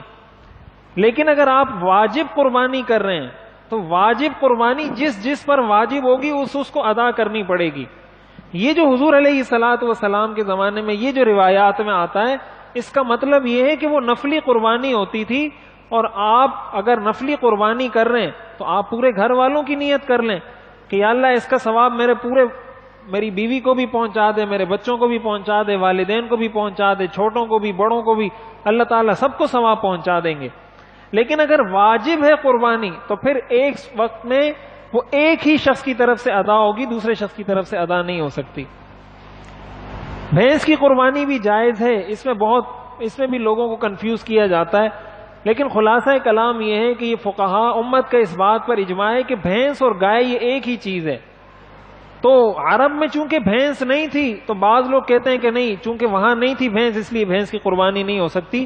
تو یہ غلط فہمی ہے، اس کی کوئی حقیقت نہیں ہے. یہ عجیب بات ہے کہ بھینس کا گوشت ان کے نزدیک جائز ہے اور قربانی جائز نہیں ہے. آپ اگر ان سے پوچھیں کہ بھائی گوشت کیوں جائز ہے، پھر جب حضور کے زمانے میں نہیں تھی تو پھر گوشت کیسے جائز ہو گیا؟ تو کہتے ہیں نہیں گوشت جائز ہے، قربانی اس کی جائز نہیں ہے. تو یہ امت کے اجماع کے خلاف ہے. سارے فقہاء کا اس بات پر اجماع ہے کہ بھینس کی قربانی بھی جائز ہے. پھر یہ جو جانوروں میں دیکھا جاتا ہے کہ اگر سینگ ہیں تو جانوروں میں سینگ، اگر اس کے سینگ بالکل جڑ سے اکھڑ گئے جو اس کے دماغ پر اثر ڈالتا ہے، بالکل اگر جڑ سے اکھڑ جائیں تو ایسی صورت میں تو اس کی قربانی نہیں کرنی چاہیے. لیکن اگر وہ سینگ کا اوپر سے خول اتر گیا یا اوپر سے ٹوٹ گیا یا کٹ گیا لیکن جڑ سے نہیں اکھڑا تو ایسی صورت میں اس کی قربانی کی جا سکتی ہے، اس میں کوئی حرج نہیں ہے. اسی طرح جس جانور کے پیدائشی سینگ نہ ہو اس کی بھی قربانی درست ہے. اسی طرح اگر کسی کا ایک سینگ ٹوٹ گیا یا آدھا سینگ ٹوٹ گیا لیکن اندر تک نہیں پہنچا تو ایسی صورت میں اس کی بھی قربانی کی جا سکتی ہے. دماغ، جانور کا دماغ اگر ایسا ہے کہ وہ بالکل مجنون ہے کہ اس کو یہ بھی نہیں پتا چلتا کہ میں نے چارہ کھانا ہے، پانی پینا ہے، اس کو اپنا بھی اگر پتہ نہیں چلتا اپنی ضروریات کا، ایسے جانور کی بھی قربانی نہیں ہو سکتی. ہاں اگر اتنا مجنون نہیں ہے، اتنا وہ نہیں ہے کہ اپنے گھاس چارے کا اس کو پتہ چل سکتا ہے تو اس کی قربانی ٹھیک ہے. کان کے معاملے میں اسی طرح جو دم ہے، کان ہے، ان میں شریعت نے، اس میں فقہاء کے 2 اقوال ہیں. بعض فقہاء یہ کہتے ہیں کہ اس میں نصف تک تو چل سکتا ہے. مثلا کسی جانور کا آدھا کان کٹا ہوا ہے تو وہ کہتے ہیں اس کی قربانی ہو جائے گی. اگر آدھے سے زیادہ ہے تو قربانی نہیں ہوگی. بعض فقہاء کہتے ہیں کہ نہیں، آدھا نہیں، 1/3 1/3 حصہ، کہ کان کے اگر 3 حصے کیے جائیں، مثلا اگر 3 انچ کا کان ہے اس کا تو 1 انچ تک اگر کٹا ہوا ہے تب تو ٹھیک ہے اس کی قربانی، لیکن اگر 1 انچ سے زیادہ کٹا ہوا ہے تو قربانی ٹھیک نہیں ہے. دونوں ہی اقوال ہیں فقہاء کے. بعض فقہاء نے نصف تک اجازت دی ہے. یہی معاملہ دم کا ہے کہ اگر دم اس کی آدھی سے کم کٹی ہوئی ہے تب تو ٹھیک ہے، لیکن اگر آدھی یا آدھی سے زیادہ کٹی ہوئی ہے تب اس کی قربانی ٹھیک نہیں ہے. اور بعض نے یہ کہا کہ نہیں، 1/3 دم کو دیکھا جائے گا کہ 1/3 دم تک اگر کٹا ہے تو ٹھیک ہے، اگر اس سے زیادہ کٹا ہوا ہے تو پھر اس کی قربانی ٹھیک نہیں ہے. یہی معاملہ کان میں ہے. یہی معاملہ اگر کان میں سوراخ ہے، چیرا لگا ہوا ہے تو انہی چیزوں کو دیکھا جائے گا کہ آیا یہ اس عضو کے آدھے یا اس سے زیادہ کا حصہ بنتا ہے یا کم ہے. اگر کم ہے تو اس کی قربانی کرنے میں حرج نہیں ہے، قربانی اس کی کر سکتے ہیں. اسی طرح آنکھ، اگر کسی جانور کی ایک آنکھ بالکل ہی کام نہیں کرتی، ایک آنکھ کام کرتی ہے، ایک آنکھ بالکل کام نہیں کرتی، اس کی قربانی ٹھیک نہیں ہے. لیکن اگر ایک آنکھ بالکل ٹھیک ہے، دوسری آنکھ تھوڑی بہت اس سے نظر آتا ہے، تھوڑا بہت نہیں آتا، تو اس کی قربانی ٹھیک ہے. لیکن اگر ایک آنکھ بالکل کام نہیں کرتی، چونکہ یہ نصف ہے، یعنی 2 آنکھوں کا نصف 1 آنکھ ہے، اس کا مطلب اس کا آدھا خراب ہے. جب آدھا عضو خراب ہے تو ایسی صورت میں اس کی قربانی نہیں ہو سکتی. ناک اگر کسی جانور کی نہیں ہے یا کٹی ہوئی، اس کی قربانی بھی ٹھیک نہیں ہے. دانت کے معاملے میں اگر دانت اس کے اتنے ہیں کہ وہ اپنا چارہ وغیرہ کھا سکتا ہے، جانور اپنا چارہ وغیرہ چبا کے کھا سکتا ہے، اس کی قربانی ٹھیک ہے. لیکن اگر اس کے دانت بالکل اتنے گھس چکے ہیں، ایسے ختم ہو چکے ہیں کہ وہ چارہ بھی نہیں کھا سکتا، ایسی صورت میں اس کی قربانی نہیں ہو سکتی. زبان کے معاملے میں کہ اگر جانور کی زبان کٹی ہوئی اور اتنی کٹی ہوئی ہے کہ وہ چارہ نہیں کھا سکتا، تب بھی اس کی قربانی ٹھیک نہیں ہے. لیکن اگر کٹی ہوئی اور اتنی کٹی ہوئی ہے کہ چارہ کھا سکتا ہے تو قربانی اس کی ٹھیک ہے. جو گندگی کھاتے ہیں، جو جانور ہمارے ہاں جیسے چل رہے ہوتے ہیں، بعض گائے بیل اس طرح روڈوں پر جو گندگی کھاتے ہیں، ان کی قربانی کرنا بھی جائز نہیں ہے. اگر ان کی قربانی کرنی ہو، اس کے لیے لازمی ہے کہ پہلے آپ اگر گائے یا بیل ہے تو 20 دن تک اس کو باندھ کے رکھیں، اس کو صاف چارہ کھلائیں اور اس کے بعد اس کو قربانی میں ذبح کریں. اس سے پہلے اس کو قربانی میں ذبح کرنا ٹھیک نہیں ہے. اگر اونٹ ہے تو 40 دن تک اس کو صاف غذا کھلائیں، گائے بیل ہے تو 20 دن تک، اور اگر بکرا بکری ہے تو 10 دن تک اس کو صاف غذا کھلائیں، اس کے بعد اس کی قربانی کی جا سکتی ہے. اسی طرح جس جانور کے پیٹ میں بچہ ہو، حاملہ جو جانور ہوتے ہیں، اس کی قربانی تو صحیح ہے لیکن مکروہ ہے. ایسے جانور کی قربانی نہیں کرنی چاہیے. اگر آپ کو پہلے سے یہ بات کنفرم ہے کہ اس کے پیٹ میں بچہ ہے، ایسے جانور کی قربانی کرنا مکروہ ہے. لیکن اگر کوئی کر لے گا، قربانی اس کی بھی ہو جائے گی، اور اس کے پیٹ سے جو بچہ نکلے گا اگر وہ زندہ ہے تو اس کو بھی ذبح کر دیا جائے گا، اور اس کو بھی گوشت میں اسی طرح تقسیم کر دیا جائے گا جیسے عام گوشت تقسیم کیا ہے. اسی طرح جو بانجھ جانور ہوتے ہیں جس کے بچے ہوتے ہی نہیں ہیں، تو قربانی کے اندر اس کو عیب نہیں سمجھا جاتا. قربانی ایسے جانور کی بھی کی جا سکتی ہے. دم کے لیے جیسے میں نے عرض کیا کہ جس جانور کی پیدائشی دم ہی نہیں ہے، اس کی تو قربانی جائز نہیں ہے. اور اگر دم کٹی ہوئی ہے تو پھر اس میں ایسی چیز کو دیکھا جائے گا کہ آدھی سے کم کٹی ہوئی ہے یا آدھی یا اس سے زیادہ کٹی ہوئی ہے. اگر آدھی سے کم ہے تو ٹھیک ہے، ورنہ تو اس کی نہیں ہو سکتی. دمبے کی چکتی کے نیچے ایک چھوٹی سی دم ہوتی ہے، یہ دم اگر ٹوٹ جائے یا پوری دم کٹی ہوئی ہو تو اس کی قربانی جائز ہے، اس لیے کہ دمبے کی دم کا اعتبار نہیں ہوتا، اس کو دم سمجھا ہی نہیں جاتا. وہ بھیڑ یا بکری جس کی دم پیدائشی طور پر بہت چھوٹی ہو، اس کی قربانی بھی درست ہے. جس جانور کی چکتی کا تہائی حصہ یا تہائی سے زیادہ حصہ یا نصف سے زیادہ حصہ کٹ گیا ہو تو اس کی قربانی کرنا بھی جائز نہیں ہے. ٹانگ کے اندر بھی اگر 4 ٹانگیں، اس کی ایک ٹانگ بالکل ہی کام نہیں کرتی، ایک ٹانگ بالکل وہ زمین پر رکھ ہی نہیں سکتا، اس سے سہارا لے ہی نہیں سکتا، ایسی صورت میں اس کی قربانی نہیں ہو سکتی. لیکن اگر 3 ٹانگیں ٹھیک ہیں اور ایک چوتھی ٹانگ ایسی ہے کہ تھوڑا بہت اس سے سہارا لے سکتا ہے، ایسی صورت میں اس کی قربانی کر سکتا ہے. لیکن اگر بالکل وہ ٹانگ کام نہیں کرتی تو ایسی صورت میں اس کی قربانی نہیں ہو سکتی. اذان ہو جائے پھر اس کے بعد انشاءاللہ.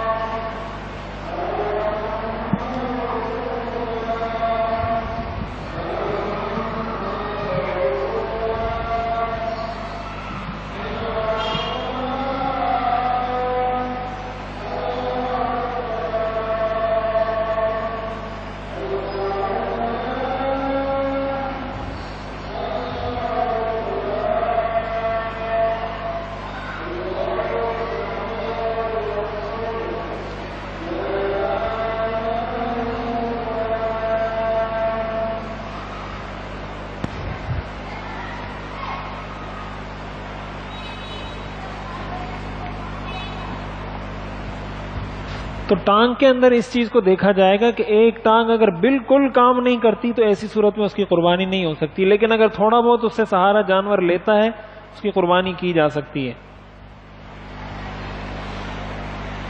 پھر جانور خریدنے کے بعد جیسے میں نے عرض کیا کہ اس میں اس چیز سے تو پرہیز کریں کہ نام و نمود سے. اسی طرح جانور کے گلے میں گھنٹی باندھنا، اس سے حضور علیہ الصلوۃ والسلام نے منع فرمایا. آپ نے فرمایا جن لوگوں کے ساتھ کتا یا گھنٹی ہو، رحمت کے فرشتے اس قافلے کے ساتھ یا اس گھر میں نہیں رہتے، لہٰذا جانور کے گلے میں گھنٹی نہیں باندھنی چاہیے۔ ہمارے ہاں لوگ اس چیز کا خیال نہیں کرتے، یہ ظاہر ہے عبادت کے لیے آپ جانور لے کر آئیں تو کم از کم اس میں تو اس چیز کا خیال کرنا چاہیے کہ ایسی کوئی چیز اس میں نہ ہو۔ اور جانور کو باندھنے کے لیے جہاں بھی آپ باندھیں ہیں تو اس چیز کا خیال رکھیں کہ لوگوں کے لیے آنے جانے میں رستے میں تکلیف کا باعث نہ ہو۔ ایسی جگہ پہ آپ نے باندھ دیا کہ وہاں سے خواتین بھی گزرتی ہیں، بچے بھی گزرتے ہیں، تو اب وہ نہیں گزر سکتے، تو ایسی جگہ پہ جانور کا باندھنا جائز نہیں ہے۔ ان چیزوں کا ہمارے لوگ بسا اوقات خیال نہیں کرتے، بس لا کے اپنے گھر کے سامنے باندھ دیں گے، اب چاہے دوسرے کے لیے آگے جانے کی جگہ ہو یا نہ ہو، تو یہ تو بالکل ناجائز اور حرام ہے، ایذائے مسلم ہے۔ شادی کے موقع پر بھی ہم یہی کرتے ہیں، غم کے موقع پر بھی یہی کرتے ہیں، عید کے موقع پر بھی یہی کرتے ہیں، تو اس چیز کا خیال کرنا چاہیے کہ شادی کے موقع پر آپ ٹینٹ لگا کے گلی بند کر دیتے ہیں، یا کہیں کسی کا انتقال ہوا ہے ٹینٹ لگا کے آپ نے گلی بند کر دی، یا جانور کھڑے کر کے آپ نے گلی بند کر دی، تو یہ تو ناجائز ہے، حرام ہے۔ آپ وہاں بیٹھے ہیں میت کے ایصال ثواب کے لیے اور گلی آپ بند کر کے بیٹھے ہیں، یہ تو ایصال ثواب نہیں ہے، تو ایصال گناہ ہے، یہ تو آپ گناہ پہنچا رہے ہیں اپنے مردے کو، کہ سارے لوگ جو آ رہے ہیں سب کو تکلیف ہو رہی ہے، ان سب کا گناہ آپ کو پہنچ رہا ہے، تو اس لیے ان چیزوں سے بچنا چاہیے۔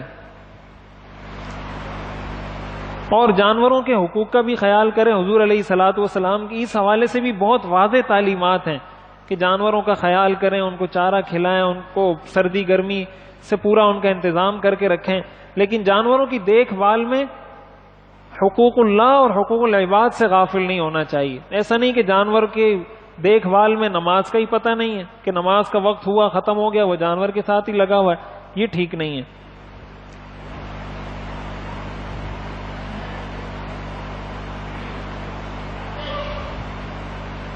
قربانی کا جو وقت ہے یہ عید کے 3 دن ہیں، ذی الحجہ کی جو 10 تاریخ ہے، 10، 11 اور 12 کی مغرب تک، اس کے بعد قربانی کا جانور ذبح نہیں کیا جا سکتا۔ اور قربانی کا وقت شروع ہوتا ہے کہ جب شہر میں کہیں بھی عید کی نماز ہو جائے تو اس کے بعد آپ قربانی کے جانور کو ذبح کر سکتے ہیں، یعنی فجر کی نماز ہو جائے، اس کے بعد شہر میں کہیں بھی عید کی نماز ادا ہو جائے تو اس کے بعد جانور کو ذبح کیا جا سکتا ہے۔ گاؤں دیہات میں فجر کی نماز کے بعد بھی ذبح کیا جا سکتا ہے، اگرچہ بہتر یہی ہے کہ طلوع آفتاب کا انتظار کرنے کے بعد اس کو ذبح کیا جائے۔ پہلے دن ذبح کرنا افضل ہے، باقی اس کے علاوہ آپ دوسرے دن بھی کر سکتے ہیں، تیسرے دن بھی کر سکتے ہیں، دن میں بھی کر سکتے ہیں، رات میں بھی کر سکتے ہیں، لیکن تیسرے دن کی رات کو نہیں کر سکتے، یعنی 12 ذی الحجہ کو مغرب تک کر سکتے ہیں، پھر جو مغرب کے بعد جو وقت شروع ہوگا یہ 13 ذی الحجہ شروع ہو جائے گا، تو 13 کو قربانی نہیں کی جا سکتی۔ قصائی کو مسلمان ہونا چاہیے، اس چیز کا ہمارے لوگ خیال تو رکھتے ہیں لیکن کبھی کبھی غفلت بھی ہو جاتی ہے اس چیز میں کہ آپ نے باہر سے قصائی بلایا ہے، تو بہتر یہ کہ ذبح آپ خود کریں، ذبح خود کریں، جانور کو ٹھنڈا ہونے دیں، اس کے بعد اس کے حوالے کر دیں کہ وہ اس کی کھال اتارے اور بوٹی بنائے، جو بھی کرنا ہے، تو اس چیز کا خیال کریں کہ قصائی مسلمان ہونا چاہیے، اور ذبح کی اجرت بھی اس کے ساتھ طے کر لیں کہ آپ نے اس کو کیا پیسے دینے، اور اس کی اجرت میں کھال یا گوشت، جانور کی کھال وغیرہ نہیں دے سکتے کہ آپ ذبح کر دینا میں آپ کو کھال دے دوں گا جانور کی، یہ اس کو آپ اجرت میں نہیں دے سکتے۔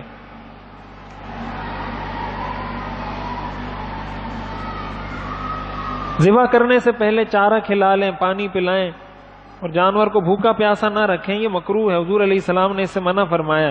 چھری کو پہلے سے تیز کر لینا چاہیے، ایک جانور کے سامنے دوسرے جانور کو ذبح نہیں کرنا چاہیے، یہ ساری حدیث میں بالکل واضح تعلیمات ہیں حضور علیہ السلام کی کہ ایک جانور کے سامنے دوسرے جانور کو ذبح نہ کریں، جانور کے سامنے چھری تیز نہ کریں، جانور کو گھسیٹے نہیں، کھینچے نہیں، اور نرمی کے ساتھ، طریقے کے ساتھ اس کو ذبح کریں، اور چھری پہلے سے تیز ہو تاکہ جانور کو تکلیف کم سے کم ہو۔ اور قربانی کوئی بھی مسلمان کر سکتا ہے، چاہے بالغ ہو، نابالغ ہو، مرد ہو، عورت ہو، کوئی بھی قربانی کر سکتا ہے، ایسا نہیں ہے کہ عورتیں نہیں کر سکتی یا مرد کر سکتے ہیں، سارے مسلمان جو بھی ہے وہ قربانی کر سکتا ہے، ذبح کر سکتا ہے اس کو۔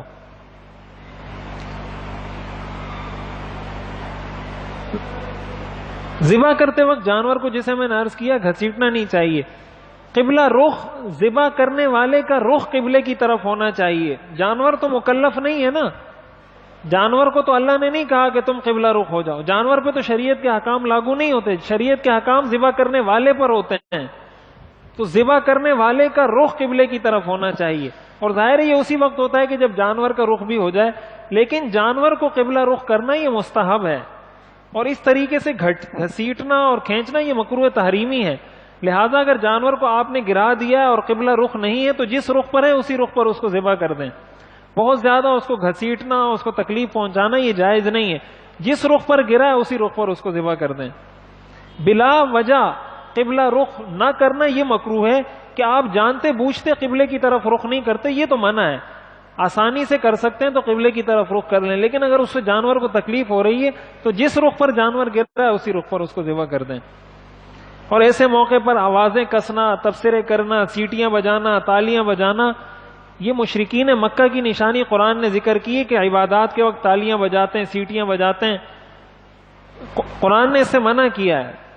تو اس لیے اس موقع پر ان چیزوں سے بچنا چاہیے. ہمارے لوگ اس کو بھی ایک رسم بنا کے تالیاں بجانا شروع کر دیتے ہیں، سیٹیاں بجانا شروع کر دیتے ہیں،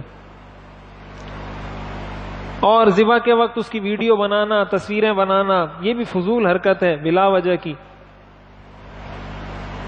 اچھا، جانور کو گراتے وقت اگر اس میں کوئی عیب پیدا ہو جائے، مثال آپ گرا رہے تھے اور اس کی ٹانگ ٹوٹ گئی، یا کوئی بھی اس کے ایسا عیب پیدا ہو گیا کہ اگر پہلے سے ہوتا تو اس کی قربانی نہیں ہوتی، تو گراتے وقت جو بھی عیب پیدا ہو جائے اس سے اثر نہیں پڑتا، اس کی قربانی کرنا ٹھیک ہے.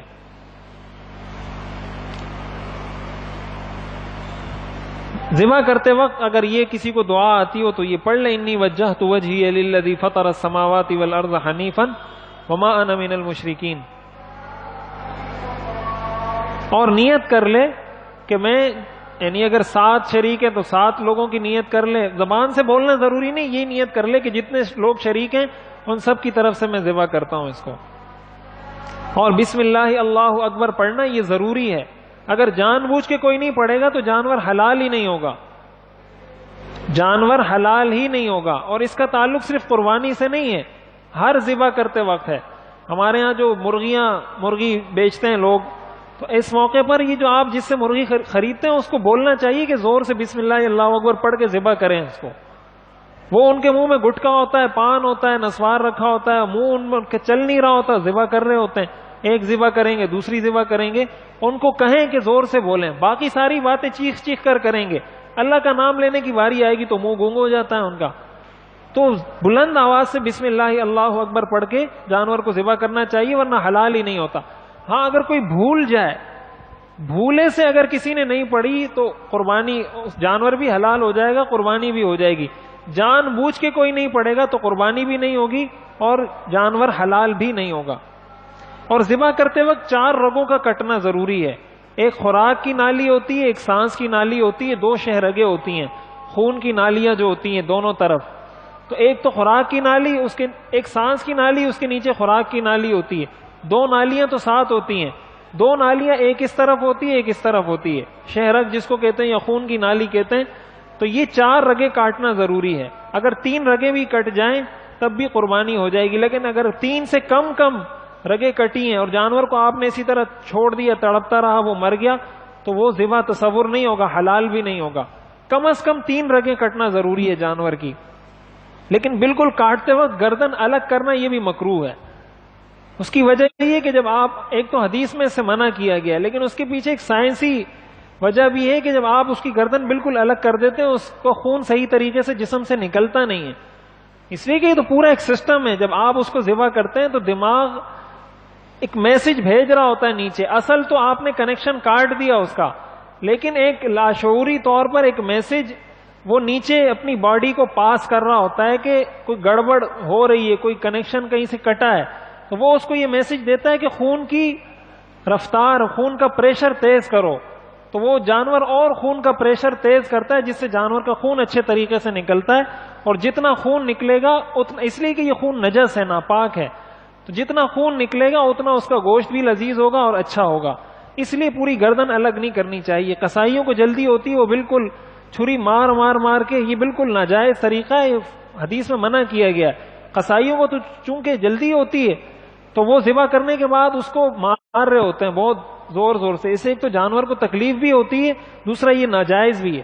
جب آپ نے ذبح کر کے 4 رگیں کاٹ دی، جانور کو چھوڑ دیں. ہم ٹھنڈا ہونے دیں، 10 منٹ 5 منٹ 6 منٹ بالکل ٹھنڈا ہو جائے، اس کے بعد اس کی کھال اتاریں۔ یہ اس میں دکھایا گیا ہے، یہ جو رگیں ہیں نا، تو 2 رگیں تو ایک سانس کی نالی ہوتی ہے، ایک خوراک کی نالی ہوتی ہے، 2 شہ رگیں ہوتی ہیں، یہ ایک اس طرف ہے تو دوسری اس طرف ہوگی۔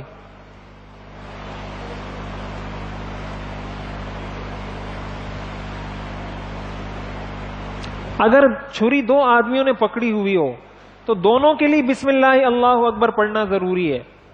مثال چھری 2 آدمی چلا رہے ہیں تو دونوں پڑھیں گے، اگر ایک نے پڑھا ایک نے نہیں پڑھا تو جانور حلال نہیں ہوگا، یا تو ایک آدمی اس کو ذبح کرے۔ اور کبھی ایسا بھی ہوتا ہے کہ ایک آدمی نے تھوڑی سی چھری پھیری اور ابھی تک اس کی 4 رگیں نہیں کٹیں، اتنے میں دوسرا آدمی لے لیتا ہے، تو اگر اتنے دورانیے میں دوسرے آدمی نے لیا تو وہ بھی بسم اللہ اللہ اکبر پڑھے گا۔ لیکن اگر ایک آدمی نے اس کی 4 رگیں کاٹ دی ہیں، اس کے بعد دوسرا آدمی لیتا ہے تو پھر اس پر بسم اللہ اللہ اکبر پڑھنا ضروری نہیں ہے۔ لیکن اگر 4 رگیں کٹنے سے پہلے دوسرے آدمی نے چھری لی ہے تو بسم اللہ اللہ اکبر پڑھنا اس کے لیے بھی ضروری ہے، ورنہ جانور حرام ہوگا، کھانا حلال نہیں ہوگا اس کا۔ اونٹ کو نہر کیا جاتا ہے، یہ ظاہر ہے اس کے اپنے ایکسپرٹ ہوتے ہیں، وہ اس کو نہر کرتے ہیں، اور گائے وغیرہ کو ذبح کیا جاتا ہے۔ اور ذبح کرنے کے بعد بھی اس بات کی اللہ تعالیٰ سے دعا کرنی چاہیے کہ اللہ اس کو قبول بھی فرمائے۔ صرف ذبح کرنا ہی تو مقصد نہیں تھا، ایک عبادت تھی، تو اس کے بعد یہ دعا بھی کریں کہ یا اللہ آپ کی رضا کے لیے میں نے جانور ذبح کیا ہے، آپ کی رضا کے لیے یہ خون بہایا ہے، اس کو میری طرف سے قبول فرما، اس کو میرے لیے باعث اجر و ثواب بنا۔ اور یہ دعا لکھی ہے فقہا نے، اللہم تقبلہ منی کما تقبلت من حبیبک محمد وخلیلک ابراہیم علیہم الصلاۃ والسلام، کہ جس طرح آپ نے اپنے حبیب محمد صلی اللہ علیہ وسلم کی قربانی قبول فرمائی، حضرت ابراہیم خلیل اللہ کی قربانی قبول فرمائی، اسی طرح میری قربانی کو بھی قبول فرما دیجیے۔ کھال کے حوالے سے جب تک جانور ٹھنڈا نہ ہو کھال نہیں اتارنی چاہیے اس کی، حدیث میں اس سے بھی منع کیا گیا ہے کہ جب تک جانور مکمل ٹھنڈا نہ ہو جائے اس وقت کوئی بھی مزید پروسیس آگے نہیں کرنا چاہیے۔ اسی طرح کھال اتارنے کے بعد اس کو محفوظ جگہ پہ رکھنا چاہیے تاکہ وہ خراب نہ ہو۔ آپ جس کو بھی دیں گے اس کے کسی کام تو آئے نا، آپ نے اتنی رکھی پھر اس کو بھی دے دی، جا کے وہ بیچے تو وہ 50 روپے کی بکے، تو اتنی خواہ آپ نے اپنے آپ کو بھی پریشان کیا، اس کو بھی پریشان کیا۔ اچھے طریقے سے اس کو حفاظت سے رکھیں، کوشش کریں کٹ وٹ اس میں نہ لگائیں، اس سے اس کی قیمت گرتی ہے، قیمت گرے گی تو جس کو بھی آپ نے دی ہے اس کو نقصان ہوگا، جس کو آپ نے کھال دی ہے۔ اور کھال میں بھی سارے حصہ دار ایسے ہی شریک ہوتے ہیں جیسے گوشت میں شریک ہوتے ہیں، لہذا کسی ایک کی مرضی کے بغیر کسی ایک جگہ دینا ٹھیک نہیں ہے۔ جب تک سارے رضامند نہیں ہوتے تو کسی ایک جگہ نہیں دی جا سکتی۔ ہاں اگر کوئی رضامند نہیں ہوتا اس کو آپ اس کے حصے کی قیمت دے دیں تو ٹھیک ہے۔ قربانی کی کھال 4 طریقوں سے استعمال کی جا سکتی ہے، یا تو آپ خود استعمال کر لیں جیسے گوشت استعمال کرتے ہیں، اب خود آپ جس طرح بھی استعمال کرنا چاہیں، اس سے مشکیزہ بنا لیں، اس سے مسلح بنا لیں، اس سے دسترخوان بنا لیں، کوئی بھی چیز اپنے گھر کی استعمال میں اس کھال کو لے آئیں تو یہ بھی آپ کے لیے جائز ہے۔ نمبر 2 کہ آپ کسی کو ہدیے میں دے دیں، ہدیہ آپ کسی مالدار کو بھی دے سکتے ہیں، کسی غریب کو بھی دے سکتے ہیں۔ قربانی کی کھال جس طرح قربانی کا گوشت آپ کسی مالدار کو بھی دے سکتے ہیں، غریب کو بھی، اسی طرح قربانی کی کھال بھی امیر کو بھی ہدیہ کی جا سکتی ہے، غریب کو بھی ہدیہ کی جا سکتی ہے۔ لیکن اگر آپ نے قربانی کی کھال بیچی ہے تو وہ پیسے آپ استعمال نہیں کر سکتے، وہ پیسے پھر واجب ہے کہ آپ اس کو صدقہ کریں، اور صدقہ بھی ان لوگوں پر جو مستحق زکوٰۃ ہوں۔ اسی طرح قربانی کی کھال کو مسجد کی تعمیر میں لگانا، اسی طرح کسی بھی رفاہی کام کی تعمیر میں اور ان اخراجات میں لگانا بھی ٹھیک نہیں ہے۔ اسی لیے میں نے عرض کیا تھا کہ ڈیم کی تعمیر کے اندر بھی قربانی کی کھال لگانا جائز نہیں ہے۔ مسجد کی تعمیر میں لگانا جائز نہیں ہے تو ڈیم کی تعمیر میں لگانا کہاں سے جائز ہو جائے گا؟ اس پر بھی آج کل لوگ بڑے کہتے ہیں نہیں ملک کو بڑی ضرورت ہے پانی کی اور فلاں ہے، ضرورت تو ہے، شریعت کا حکم ہے کہ آپ ان چیزوں کا خیال نہیں کر سکتے جن چیزوں کا خیال رکھنے کا شریعت نے حکم دیا ہے، جب نہیں کر سکتے تو وہاں کھال بھی نہیں لگ سکتی، لہذا ڈیم کے لیے بھی کھال نہیں دی جا سکتی۔ اور کھال اگر بیچی ہے تو اس کی رقم صدقہ کرنا واجب ہے، وہ رقم آپ اپنے استعمال میں نہیں لا سکتے۔ سب سے بہترین مصرف کھالوں کا وہ دینی مدارس ہیں کہ دینی مدارس کے طلباء جب آپ ان کو دیں گے تو ایک تو آپ کا جو کھال ہے وہ چلی جائے گی، دوسرا یہ ہے کہ وہ ایک اچھے مصرف میں لگ جائے گی، آپ کے لیے صدقہ جاریہ بن جائے گی. وہ دین پڑھیں گے پڑھائیں گے تو آپ سب کے لیے جو اس کو مدارس میں دے گا تو ان کے لیے صدقہ جاریہ ہوگا. اسی طرح جہاد کرنے والے لوگوں کو، مجاہدین کو دینا بھی دوہرا ثواب رکھتا ہے، مدارس میں دینا بھی دوہرا ثواب رکھتا ہے، لیکن اس شرط کے ساتھ کہ آپ کو یقین ہو کہ آپ کی کھال یا جو بھی چیز آپ دے رہے ہیں یہ صحیح مصرف میں خرچ ہو رہی ہے. گوشت کی تقسیم میں افضل طریقہ یہ ہے کہ آپ گوشت کے 3 حصے کر لیں. یہ ضروری نہیں ہے 3 حصے کرنا، آپ سارا گوشت خود بھی رکھ سکتے ہیں، سارا گوشت صدقہ بھی کر سکتے ہیں. افضل اور مستحب یہ ہے کہ 3 حصے کر لیں. ایک حصہ غریبوں میں تقسیم کر دیں، ایک حصہ اپنے رشتہ داروں میں تقسیم کر لیں، ایک حصہ اپنے گھر میں رکھ لیں. کوئی غریب ہے تو اس کے لیے افضل یہ ہے کہ سارا خود رکھ لے. اگر غریب ہے، اس کو پتا ہے کہ سال بھر مجھے گوشت نہیں ملتا، تو اس کے لیے بہتر یہی ہے کہ خود رکھ لے. لیکن اگر وہ سمجھتا ہے کہ میں سال کے دنوں میں اور بھی مجھے کہیں مل سکتا ہے تو پھر بہتر یہ ہے کہ وہ 3 حصے بنا کر صدقہ کر لے. بہرحال اگر امیر آدمی بھی سارا رکھ لے گا کوئی گناہ اس پر نہیں ہے، مستحب عمل ہے، کر لے تو بہتر ہے. گوشت کی تقسیم کے اندر اس بات کو یاد رکھنا چاہیے کہ گوشت کی تقسیم اندازے سے نہیں ہو سکتی. مثلا 4 حصے، ایسا نہیں ہو سکتا کہ آپ 4 حصوں میں وہ رکھ لیتے ہیں کہ یہ حصہ فلاں کا، یہ حصہ فلاں کا، یہ فلاں کا. اس طرح تقسیم نہیں ہو سکتا. گوشت کو وزن کر کے تقسیم کرنا لازم ہے، اس لیے کہ اس سے سود لازم آتا ہے. یہ جو گوشت ہے نا، یہ بہت زیادہ ڈیٹیل کا وقت نہیں، یہ سودی اموال میں سے ہے. جس طرح آپ 10 روپے دے کر 11 روپے نہیں لے سکتے، اسی طرح 1 کلو گوشت دے کر 1.25 کلو گوشت بھی نہیں لے سکتے. جس طرح پیسوں میں سود ہوتا ہے اسی طرح گوشت میں بھی سود ہوتا ہے. تو آپ جب اندازے سے تقسیم کرتے ہیں اس میں یہی ہوتا ہے کہ کسی ایک آدمی کو مثلا 10 کلو مل گیا، دوسرے آدمی کو 10.25 کلو مل گیا، ایک کو 11 کلو مل گیا، ایک کو 11.25 کلو مل گیا. اس کا مطلب انہوں نے آپس میں ایک دوسرے کے ساتھ اس گوشت کا تبادلہ کیا ہے، اور تبادلے میں ایک کو زیادہ ملا ایک کو کم ملا، یہ سود ہو جائے گا. سود حرام ہے. اس لیے وزن کر کے تقسیم کرنا برابر برابر یہ لازم ہے. ہاں البتہ اگر کوئی شخص برابر تقسیم نہیں کرنا چاہتا وزن کر کے، اس کے لیے فقہاء نے ایک حیلہ لکھا ہے.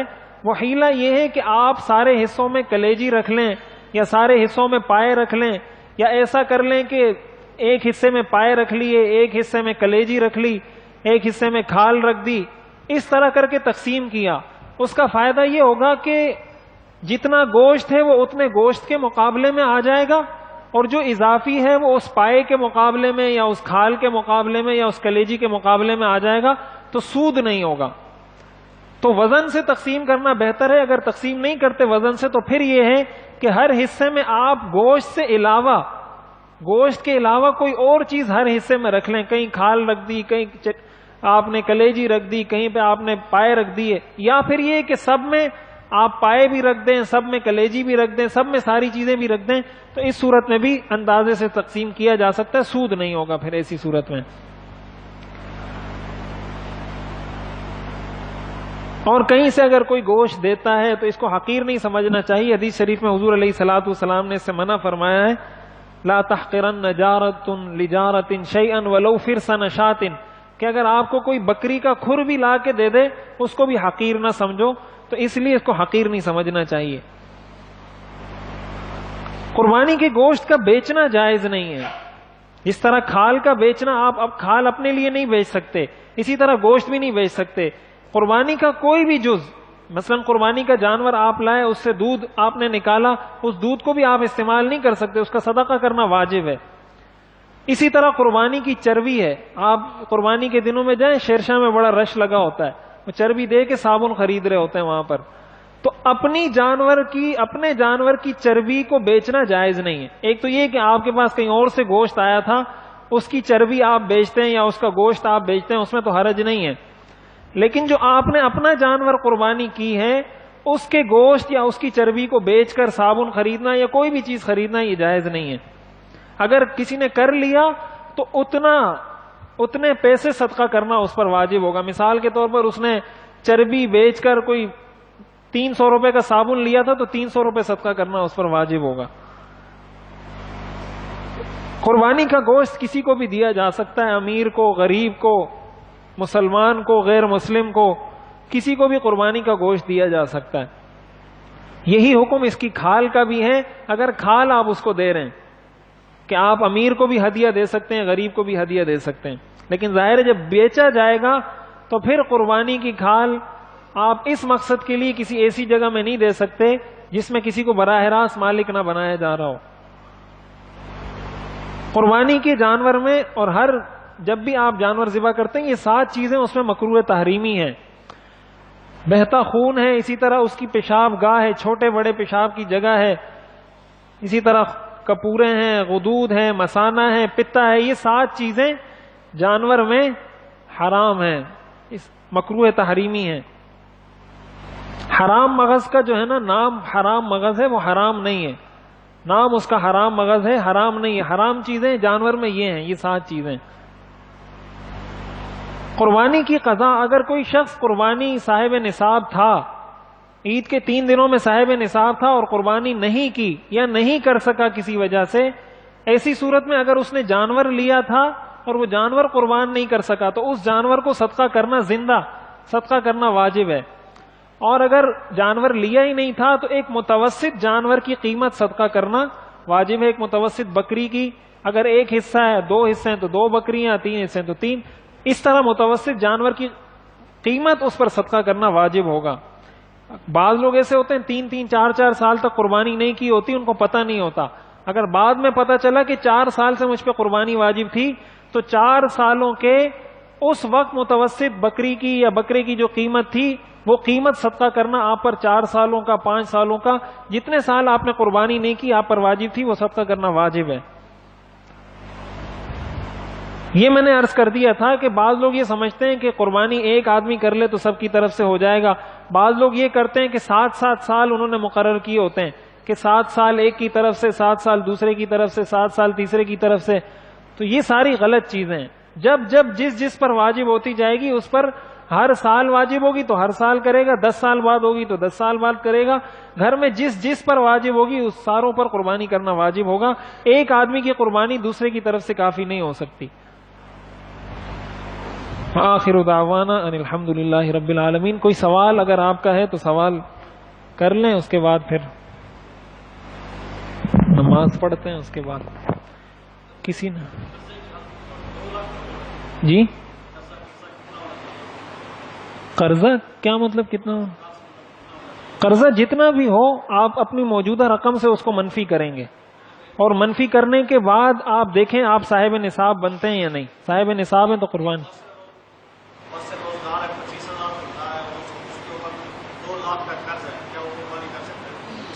2 لاکھ کا اگر قرض ہے اور 25,000 اس کی تنخواہ ہے تو اب یہ دیکھا جائے گا کہ موجودہ اس کے پاس کیا ہے. اگر یہ 25,000 روپے اس کے خرچے کے مہینے کے, اس کو تو آپ شمار نہیں کریں گے. پھر اس 2 لاکھ کو آپ دیکھیں گے کہ اس کے قرض ادا کرنے کے لیے اس کے پاس سونا, چاندی, نقدی ان میں سے کیا ہے. اس کو منفی کرنے کے بعد اگر صاحب نصاب ہوگا تو قربانی ہوگی.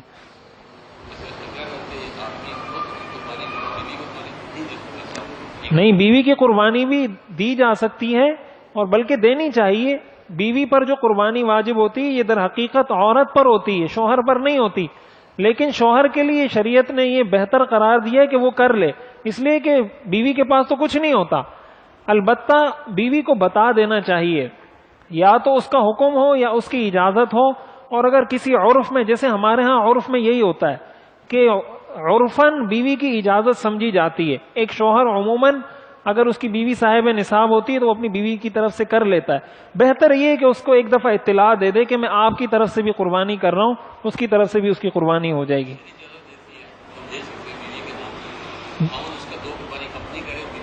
ہاں, بیوی کی بھی کرے گا. بیوی نے اجازت دی ہے تو بیوی کی بھی کرے گا, اپنی قربانی بھی کرے گا. کیا مطلب خاوند کر سکتے؟ نہیں, ایسا نہیں ہے. جو صاحب نصاب ہے وہ چاہے بیوی ہو, چاہے شوہر ہو, بیٹا ہو, سب پر لازم ہے. اور ایک آدمی آپ کسی اور آدمی کی طرف سے, مثلا یہ آدمی آپ کو کہہ دیتے ہیں بھائی میری طرف سے قربانی کر دو, آپ کہتے ہیں ٹھیک ہے میں آپ کی طرف سے کر رہا ہوں, ان کی قربانی ادا ہو جائے گی. اسی طرح بیوی کی بھی ادا ہو جائے گی.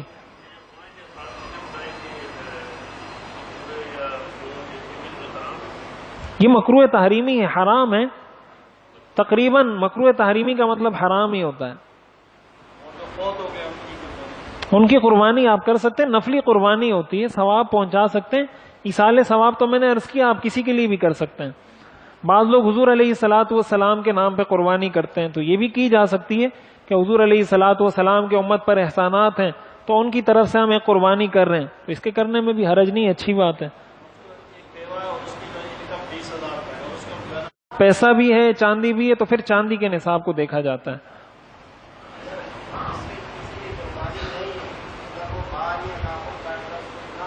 نہیں، قربانی حدیث شریف میں آتا ہے کہ جس شخص نے قربانی کرنی ہو تو وہ چاند دیکھنے کے بعد بال ناخن نہ کاٹے، یہ مستحب عمل ہے۔ لیکن جس کی قربانی ہے، جس کی نہیں ہے، دونوں کاٹ سکتے ہیں، گناہ کسی کے لیے بھی نہیں ہے۔ مستحب عمل ہے اس شخص کے لیے جو قربانی کر رہا ہو کہ بال اور ناخن یکم ذی الحجہ سے 10 ذی الحجہ تک نہ کاٹے۔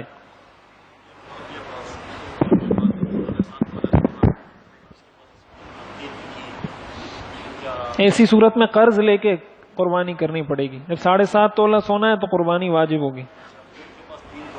ہاں، اگر نقدی بالکل بھی نہیں ہے، ہاں تو اگر ایسی ہے تو پھر قربانی واجب ہوگی، کسی سے قرض لے کے کر لے یا پھر اپنا سونا بیچے۔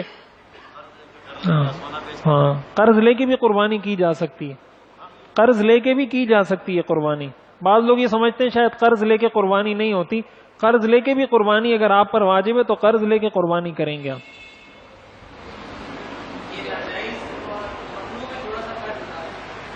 ناجائز اور مکروہ ایک ہی چیز ہوتی ہے، مکروہ تحریمی اور ناجائز ایک ہی چیز ہوتی ہے۔ جو مکروہ تنزیہی ہوتا ہے اس کا مطلب یہ ہوتا ہے کہ ایسا نہ کرنا بہتر ہے، جیسے مستحب ہوتا ہے نا، مستحب کا مطلب ہوتا ہے ایسا کرنا بہتر ہے، نہیں کریں گے تو گناہ نہیں ہوگا۔ مکروہ تنزیہی کا مطلب بھی یہ ہوتا ہے کہ ایسا نہ کرنا بہتر ہے، کر لیں گے تو گناہ نہیں ہوگا۔ لیکن مکروہ تحریمی اگر کوئی کرے گا تو گناہ گار ہوگا۔ مکروہ تحریمی اور ناجائز ایک ہی چیز ہوتی ہے۔ ٹھیک ہے، سبحانک اللہم و بحمدک نشہد ان لا الہ الا انت۔ 5 منٹ بعد انشاءاللہ نماز پڑھتے ہیں۔